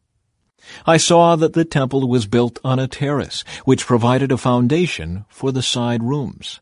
This terrace was 10.5 feet high. The outer wall of the temple's side rooms was 8 3/4 feet thick. This left an open area between these side rooms and the row of rooms along the outer wall of the inner courtyard. This open area was 35 feet wide, and it went all the way around the temple. 2 doors opened from the side rooms into the terrace yard, which was 8 3/4 feet wide. One door faced north and the other south. A large building stood on the west, facing the temple courtyard. It was 122.5 feet wide and 157.5 feet long, and its walls were 8 3/4 feet thick. Then the man measured the temple, and it was 175 feet long. The courtyard around the building, including its walls, was an additional 175 feet in length. The inner courtyard to the east of the temple was also 175 feet wide. The building to the west, including its 2 walls, was also 175 feet wide. The sanctuary, the inner room, and the entry room of the temple were all paneled with wood, as were the frames of the recessed windows. The inner walls of the temple were paneled with wood above and below the windows. The space above the door leading into the inner room and its walls inside and out were also paneled. All the walls were decorated with carvings of cherubim, each with 2 faces, and there was a carving of a palm tree between each of the cherubim. One face, that of a man, looked toward the palm tree on one side. The other face, that of a young lion, looked toward the palm tree on the other side. The figures were carved all along the inside of the temple, from the floor to the top of the walls, including the outer wall of the sanctuary. There were square columns at the entrance to the sanctuary, and the ones at the entrance of the most holy place were similar. There was an altar made of wood 5 1/4 feet high and 3.5 feet across. Its corners, base, and sides were all made of wood. This, the man told me, is the table that stands in the Lord's presence. Both the sanctuary and the most holy place had double doorways, each with 2 swinging doors. The doors leading into the sanctuary were decorated with carved cherubim and palm trees, just as on the walls. And there was a wooden roof at the front of the entry room to the temple. On both sides of the entry room were recessed windows decorated with carved palm trees. The side rooms along the outside wall also had roofs. Chapter 42. Rooms for the priests. Then the man led me out of the temple courtyard by way of the north gateway. We entered the outer courtyard and came to a group of rooms against the north wall of the inner courtyard. This structure, whose entrance opened toward the north, was 175 feet long and 87.5 feet wide. One block of rooms overlooked the 35-foot width of the inner courtyard. Another block of rooms looked out onto the pavement of the outer courtyard. The 2 blocks were built 3 levels high and stood across from each other. Between the 2 blocks of rooms ran a walkway 17.5 feet wide. It extended the entire 175 feet of the complex, and all the doors faced north. Each of the 2 upper levels of rooms was narrower than the one beneath it because the upper levels had to allow space for walkways in front of them. Since there were 3 levels, and they did not have supporting columns as in the courtyards, each of the upper levels was set back from the level beneath it. There was an outer wall that separated the rooms from the outer courtyard. It was 87.5 feet long. This wall added length to the outer block of rooms, which extended for only 87.5 feet, while the inner block, the rooms toward the temple, extended for 175 feet. There was an eastern entrance from the outer courtyard to these rooms. On the south side of the temple, there were 2 blocks of rooms just south of the inner courtyard between the temple and the outer courtyard. These rooms were arranged just like the rooms on the north. There was a walkway between the 2 blocks of rooms just like the complex on the north side of the temple. This complex of rooms was the same length and width as the other one, and it had the same entrances and doors. The dimensions of each were identical. So there was an entrance in the wall facing the doors of the inner block of rooms, and another on the east at the end of the interior walkway. Then the man told me, "These rooms that overlook the temple from the north and south are holy. Here the priests who offer sacrifices to the Lord will eat the most holy offerings. And because these rooms are holy, they will be used to store the sacred offerings, the grain offerings, sin offerings, and guilt offerings. When the priests leave the sanctuary, they must not go directly to the outer courtyard. They must first take off the clothes they wore while ministering, because these clothes are holy. They must put on other clothes before entering the parts of the building complex open to the public." When the man had finished measuring the inside of the temple area, he led me out through the east gateway to measure the entire perimeter. He measured the east side with his measuring rod, and it was 875 feet long. Then he measured the north side, and it was also 875 feet. The south side was also 875 feet, and the west side was also 875 feet. So the area was 875 feet on each side, with a wall all around it to separate what was holy from what was common. Chapter 43. The Lord's glory returns. After this, the man brought me back around to the east gateway. Suddenly, the glory of the God of Israel appeared from the east. The sound of his coming was like the roar of rushing waters, and the whole landscape shone with his glory. This vision was just like the others I had seen, first by the Kebar River, and then when he came to destroy Jerusalem. I fell face down on the ground, and the glory of the Lord came into the temple through the east gateway.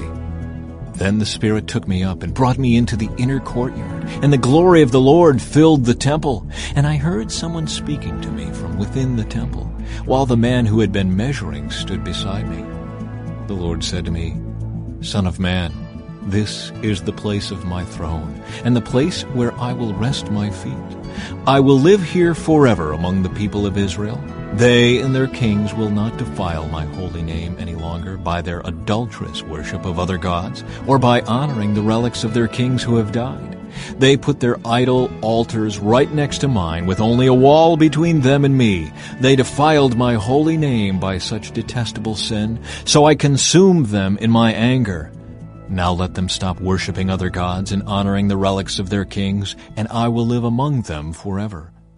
Son of man, describe to the people of Israel the temple I have shown you, so they will be ashamed of all their sins. Let them study its plan, and they will be ashamed of what they have done. Describe to them all the specifications of the temple, including its entrances and exits, and everything else about it. Tell them about its decrees and laws. Write down all these specifications and decrees as they watch, so they will be sure to remember and follow them. And this is the basic law of the temple, absolute holiness. The entire top of the mountain where the temple is built is holy. Yes, this is the basic law of the temple. The altar. These are the measurements of the altar. There is a gutter all around the altar, 21 inches deep and 21 inches wide, with a curb 9 inches wide around its edge. And this is the height of the altar. From the gutter, the altar rises 3.5 feet to a lower ledge that surrounds the altar and is 21 inches wide. From the lower ledge, the altar rises 7 feet to the upper ledge that is also 21 inches wide. The top of the altar, the hearth, rises another 7 feet higher, with a horn rising up from each of the 4 corners. The top of the altar is square, measuring 21 feet by 21 feet. The upper ledge also forms a square, measuring 24.5 feet by 24.5 feet, with a 21-inch gutter and a 10.5-inch curb all around the edge. There are steps going up the east side of the altar.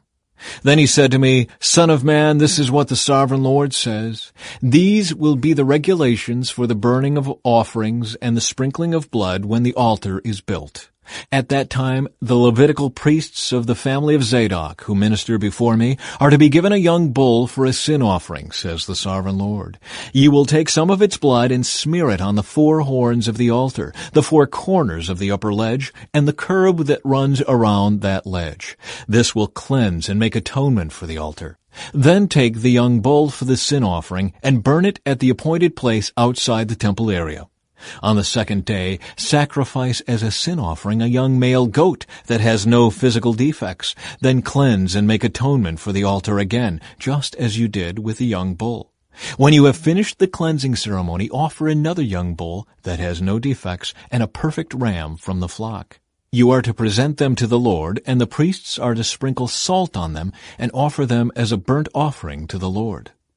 Every day for 7 days a male goat, a young bull, and a ram from the flock will be sacrificed as a sin offering. None of these animals may have physical defects of any kind. Do this each day for 7 days to cleanse and make atonement for the altar, thus setting it apart for holy use. On the 8th day and on each day afterward, the priests will sacrifice on the altar the burnt offerings and peace offerings of the people. Then I will accept you. I, the Sovereign Lord, have spoken. Chapter 44. The Prince, Levites, and Priests. Then the man brought me back to the east gateway in the outer wall of the temple area, but it was closed. And the Lord said to me, "This gate must remain closed. It will never again be opened. No one will ever open it and pass through, for the Lord, the God of Israel, has entered here. Therefore it must always remain shut. Only the prince himself may sit inside this gateway to feast in the Lord's presence, but he may come and go only through the entry room of the gateway." Then the man brought me through the north gateway to the front of the temple. I looked and saw that the glory of the Lord filled the temple of the Lord, and I fell face down on the ground. And the Lord said to me, "Son of man, take careful notice. Use your eyes and ears and listen to everything I tell you about the regulations concerning the Lord's temple. Take careful note of the procedures for using the temple's entrances and exits. And give these rebels, the people of Israel, this message from the Sovereign Lord. O people of Israel, enough of your detestable sins. You have brought uncircumcised foreigners into my sanctuary, people who have no heart for God. In this way you defiled my temple, even as you offered me my food, the fat and blood of sacrifices. In addition to all your other detestable sins, you have broken my covenant. Instead of safeguarding my sacred rituals, you have hired foreigners to take charge of my sanctuary. So this is what the Sovereign Lord says: no foreigners, including those who live among the people of Israel, will enter my sanctuary if they have not been circumcised and have not surrendered themselves to the Lord. And the men of the tribe of Levi who abandoned me when Israel strayed away from me to worship idols must bear the consequences of their unfaithfulness. They may still be temple guards and gatekeepers, and they may slaughter the animals brought for burnt offerings and be present to help the people. But they encouraged my people to worship idols, causing Israel to fall into deep sin. So I have taken a solemn oath that they must bear the consequences for their sins, says the Sovereign Lord. They may not approach me to minister as priests. They may not touch any of my holy things or the holy offerings, for they must bear the shame of all the detestable sins they have committed. They are to serve as the temple caretakers, taking charge of the maintenance work and performing general duties. However, the Levitical priests of the family of Zadok continued to minister faithfully in the temple when Israel abandoned me for idols. These men will serve as my ministers. They will stand in my presence and offer the fat and blood of the sacrifices, says the Sovereign Lord. They alone will enter my sanctuary and approach my table to serve me. They will fulfill all my requirements. When they enter the gateway to the inner courtyard, they must wear only linen clothing. They must wear no wool while on duty in the inner courtyard or in the temple itself. They must wear linen turbans and linen undergarments. They must not wear anything that would cause them to perspire. When they return to the outer courtyard where the people are, they must take off the clothes they wear while ministering to me. They must leave them in the sacred rooms and put on other clothes, so they do not endanger anyone by transmitting holiness to them through this clothing. They must neither shave their heads nor let their hair grow too long. Instead, they must trim it regularly. The priests must not drink wine before entering the inner courtyard. They may choose their wives only from among the virgins of Israel or the widows of the priests. They may not marry other widows or divorced women. They will teach my people the difference between what is holy and what is common, what is ceremonially clean and unclean. They will serve as judges to resolve any disagreements among my people. Their decisions must be based on my regulations, and the priests themselves must obey my instructions and decrees at all the sacred festivals, and see to it that the Sabbaths are set apart as holy days. A priest must not defile himself by being in the presence of a dead person, unless it is his father, mother, child, brother, or unmarried sister. In such cases, it is permitted. Even then, he can return to his temple duties only after being ceremonially cleansed and then waiting for 7 days. The first day he returns to work and enters the inner courtyard and sanctuary, he must offer a sin offering for himself, says the Sovereign Lord. The priests will not have any property or possession of land, for I alone am their special possession. Their food will come from the gifts and sacrifices brought to the temple by the people, the grain offerings, the sin offerings, and the guilt offerings. Whatever anyone sets apart for the Lord will belong to the priests. The first of the ripe fruits and all the gifts brought to the Lord will go to the priests. The first samples of each grain harvest and the first of your flour must also be given to the priests, so the Lord will bless your homes. The priests may not eat meat from any bird or animal that dies a natural death or that dies after being attacked by another animal. Chapter 45. Division of the Land. When you divide the land among the tribes of Israel, you must set aside a section for the Lord as his holy portion. This piece of land will be 8 1/3 miles long and 6 2/3 miles wide. The entire area will be holy. A section of this land measuring 875 feet by 875 feet will be set aside for the temple.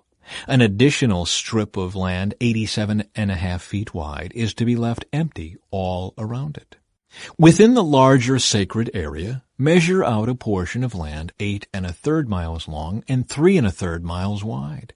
Within it, the sanctuary of the most holy place will be located. This area will be holy, set aside for the priests who minister to the Lord in the sanctuary. They will use it for their homes, and my temple will be located within it. The strip of sacred land next to it, also 8 1/3 miles long and 3 1/3 miles wide, will be a living area for the Levites who work at the temple.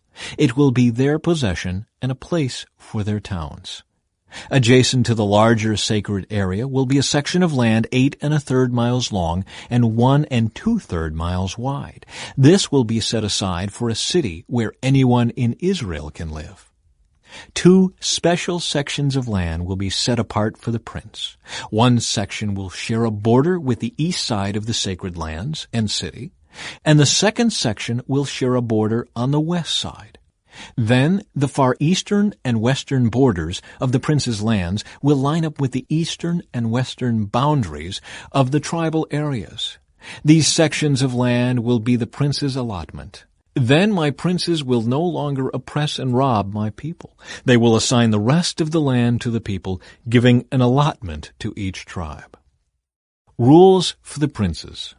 For this is what the Sovereign Lord says, "Enough, you princes of Israel. Stop your violence and oppression and do what is just and right. Quit robbing and cheating my people out of their land. Stop expelling them from their homes," says the Sovereign Lord. "Use only honest weights and scales and honest measures, both dry and liquid. The homer will be your standard unit for measuring volume. The ephah and the bath will each measure 1/10 of a homer. The standard unit for weight will be the silver shekel. 1 shekel will consist of 20 gerahs, and 60 shekels will be equal to 1 minnah. Special offerings and celebrations. You must give this tax to the prince, 1 bushel of wheat or barley for every 60 you harvest, 1% of your olive oil, and 1 sheep or goat for every 200 in your flocks in Israel. These will be the grain offerings, burnt offerings, and peace offerings that will make atonement for the people who bring them, says the sovereign Lord. All the people of Israel must join in bringing these offerings to the prince. The prince will be required to provide offerings that are given at the religious festivals, the new moon celebrations, the Sabbath days, and all other similar occasions. He will provide the sin offerings, burnt offerings, grain offerings, liquid offerings, and peace offerings to purify the people of Israel, making them right with the Lord. This is what the sovereign Lord says. In early spring, on the first day of each new year, sacrifice a young bull with no defects to purify the temple. The priest will take blood from this sin offering and put it on the doorposts of the temple, the four corners of the upper ledge of the altar, and the gateposts at the entrance to the inner courtyard. Do this also on the seventh day of the new year for anyone who has sinned through error or ignorance. In this way, you will purify the temple. On the 14th day of the first month, you must celebrate the Passover. This festival will last for 7 days. The bread you eat during that time must be made without yeast. On the day of Passover, the prince will provide a young bull as a sin offering for himself and the people of Israel. On each of the 7 days of the feast, he will prepare a burnt offering to the Lord, consisting of 7 young bulls and 7 rams without defects. A male goat will also be given each day for a sin offering. The prince will provide a basket of flour as a grain offering and a gallon of olive oil with each young bull and ram. During the 7 days of the Festival of Shelters, which occurs every year in early autumn, the prince will provide these same sacrifices for the sin offering, the burnt offering, and the grain offering, along with the required olive oil. Chapter 46. This is what the sovereign Lord says.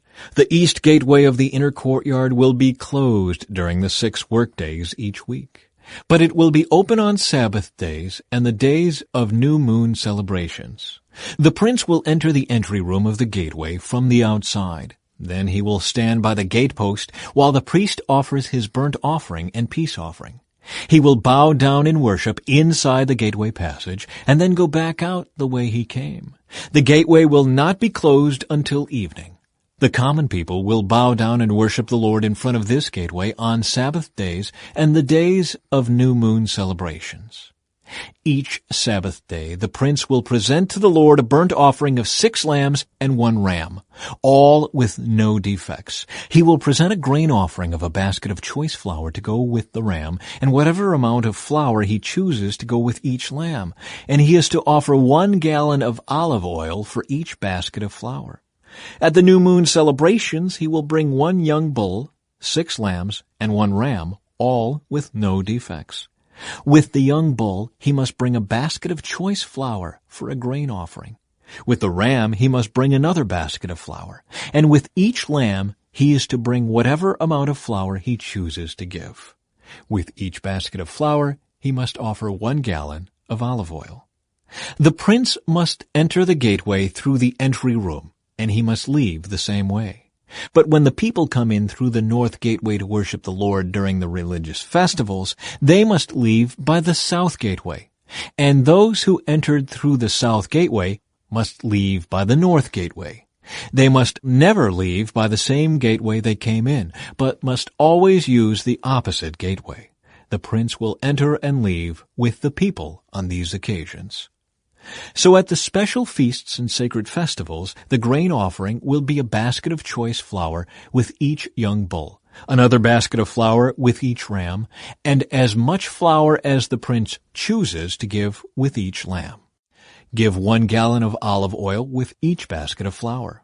When the prince offers a voluntary burnt offering or peace offering to the Lord, the east gateway to the inner courtyard will be opened for him, and he will offer his sacrifices as he does on Sabbath days. Then he will leave, and the gateway will be shut behind him. Each morning you must sacrifice a 1-year-old lamb with no defects as a burnt offering to the Lord. With the lamb, a grain offering must also be given to the Lord, about 3 quarts of flour, with 1/3 of a gallon of olive oil, to moisten the choice flour. This will be a permanent law for you. The lamb, the grain offering, and the olive oil must be given as a daily sacrifice every morning without fail. This is what the Sovereign Lord says. If the prince gives a gift of land to one of his sons as his inheritance, it will belong to him and his descendants forever. But if the prince gives a gift of land from his inheritance to one of his servants, the servant may keep it only until the year of Jubilee, which comes every 50th year. At that time the land will return to the prince. But when the prince gives gifts to his sons, those gifts will be permanent. And the prince may never take anyone's property by force. If he gives property to his sons, it must be from his own land. For I do not want any of my people unjustly evicted from their property. The temple kitchens. In my vision, the man brought me through the entrance beside the gateway and led me to the sacred rooms assigned to the priests, which faced toward the north. He showed me a place at the extreme west end of these rooms. He explained, "This is where the priests will cook the meat from the guilt offerings and sin offerings and bake the flour from the grain offerings into bread. They will do it here to avoid carrying the sacrifices through the outer courtyard and endangering the people by transmitting holiness to them." Then he brought me back to the outer courtyard and led me to each of its 4 corners. In each corner I saw an enclosure. Each of these enclosures was 70 feet long and 52.5 feet wide, surrounded by walls. Along the inside of these walls was a ledge of stone with fireplaces under the ledge all the way around. The man said to me, "These are the kitchens to be used by the temple assistants to boil the sacrifices offered by the people." Chapter 47. The River of Healing. In my vision, the man brought me back to the entrance of the temple. There I saw a stream flowing east from beneath the door of the temple and passing to the right of the altar on its south side. The man brought me outside the wall through the north gateway and led me around to the eastern entrance. There I could see the water flowing out through the south side of the east gateway. Measuring as he went, he took me along the stream for 1,750 feet and then led me across. The water was up to my ankles. He measured off another 1,750 feet and led me across again. This time, the water was up to my knees. After another 1,750 feet, it was up to my waist. Then he measured another 1,750 feet, and the river was too deep to walk across. It was deep enough to swim in, but too deep to walk through. He asked me, "Have you been watching, Son of Man?" Then he led me back along the riverbank. When I returned, I was surprised by the sight of many trees growing on both sides of the river. Then he said to me, "This river flows east through the desert into the valley of the Dead Sea. The waters of this stream will make the salty waters of the Dead Sea fresh and pure. There will be swarms of living things wherever the water of this river flows. Fish will abound in the Dead Sea, for its waters will become fresh. Life will flourish wherever this water flows. Fishermen will stand along the shores of the Dead Sea, all the way from En-Gedi to En-Eglaim. The shores will be covered with nets drying in the sun. Fish of every kind will fill the Dead Sea, just as they fill the Mediterranean. But the marshes and swamps will not be purified. They will still be salty. Fruit trees of all kinds will grow along both sides of the river. The leaves of these trees will never turn brown and fall, and there will always be fruit on their branches. There will be a new crop every month, for they are watered by the river flowing from the temple. The fruit will be for food, and the leaves for healing." Boundaries for the land. This is what the Sovereign Lord says: "Divide the land in this way for the 12 tribes of Israel. The descendants of Joseph will be given 2 shares of land. Otherwise, each tribe will receive an equal share. I took a solemn oath and swore that I would give this land to your ancestors, and it will now come to you as your possession." These are the boundaries of the land. The northern border will run from the Mediterranean toward Hethlon, then on through Lebo-Hamath to Zedad.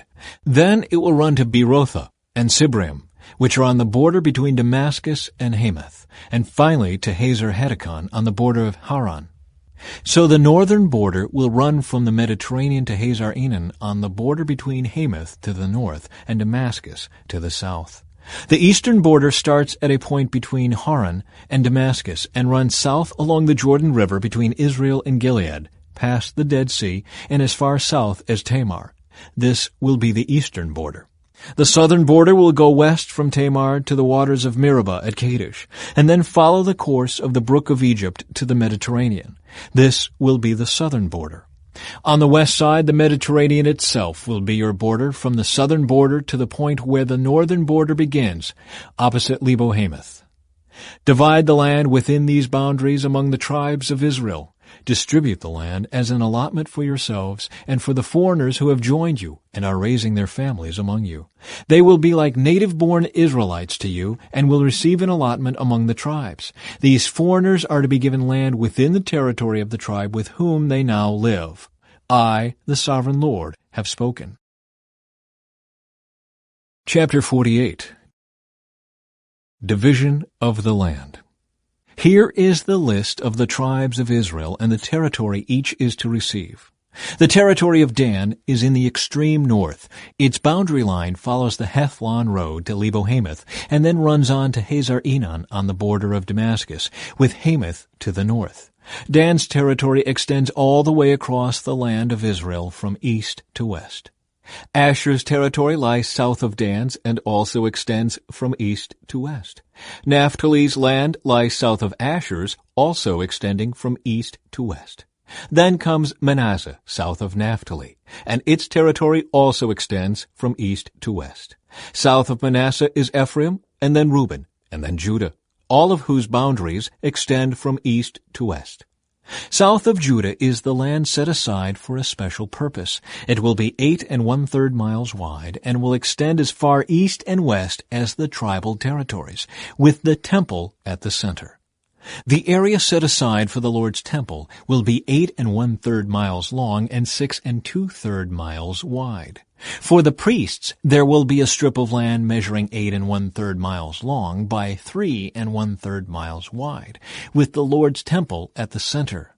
This area is set aside for the ordained priests, the descendants of Zadok, who served me faithfully and did not go astray with the people of Israel and the rest of the Levites. It will be their special portion when the land is distributed, the most sacred land of all.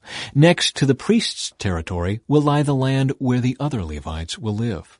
The land allotted to the Levites will be the same size and shape as that belonging to the priests, 8 1/3 miles long and 3 1/3 miles wide.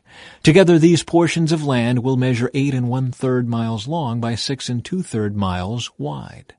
None of this special land may ever be sold or traded or used by others, for it belongs to the Lord. It is set apart as holy.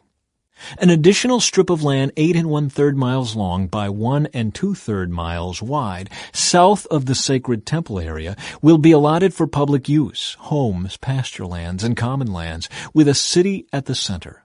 The city will measure 1.5 miles on each side, north, south, east, and west. Open lands will surround the city for 150 yards in every direction. Outside the city, there will be a farming area that stretches 3 1/3 miles to the east and 3 1/3 miles to the west along the border of the sacred area. This farmland will produce food for the people working in the city. Those who come from the various tribes to work in the city may farm it. This entire area, including the sacred lands and the city, is a square that measures 8 1/3 miles on each side. The areas that remain to the east and to the west of the sacred lands and the city will belong to the prince. Each of these areas will be 8 1/3 miles wide, extending in opposite directions to the eastern and western borders of Israel, with the sacred lands and the sanctuary of the temple in the center.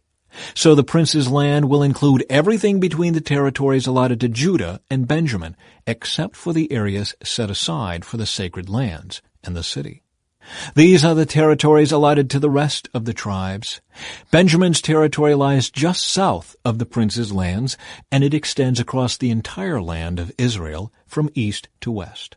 South of Benjamin's territory lies that of Simeon, also extending across the land from east to west. Next is the territory of Issachar with the same eastern and western boundaries. Then comes the territory of Zebulun, which also extends across the land from east to west. The territory of Gad is just south of Zebulun with the same borders to the east and west. The southern border of Gad runs from Tamar to the waters of Meribah at Kadesh, and then follows the brook of Egypt to the Mediterranean. These are the allotments that will be set aside for each tribe's exclusive possession. I, the sovereign Lord, have spoken. The gates of the city. These will be the exits to the city. On the north wall, which is 1.5 miles long, there will be 3 gates, each one named after a tribe of Israel. The first will be named for Reuben, the second for Judah, and the third for Levi. On the east wall, also 1.5 miles long, the gates will be named for Joseph, Benjamin, and Dan. The south wall, also 1.5 miles long, will have gates named for Simeon, Issachar, and Zebulun. And on the west wall, also 1.5 miles long, the gates will be named for Gad, Asher, and Naphtali. The distance around the entire city will be 6 miles, and from that day the name of the city will be, "The Lord is there."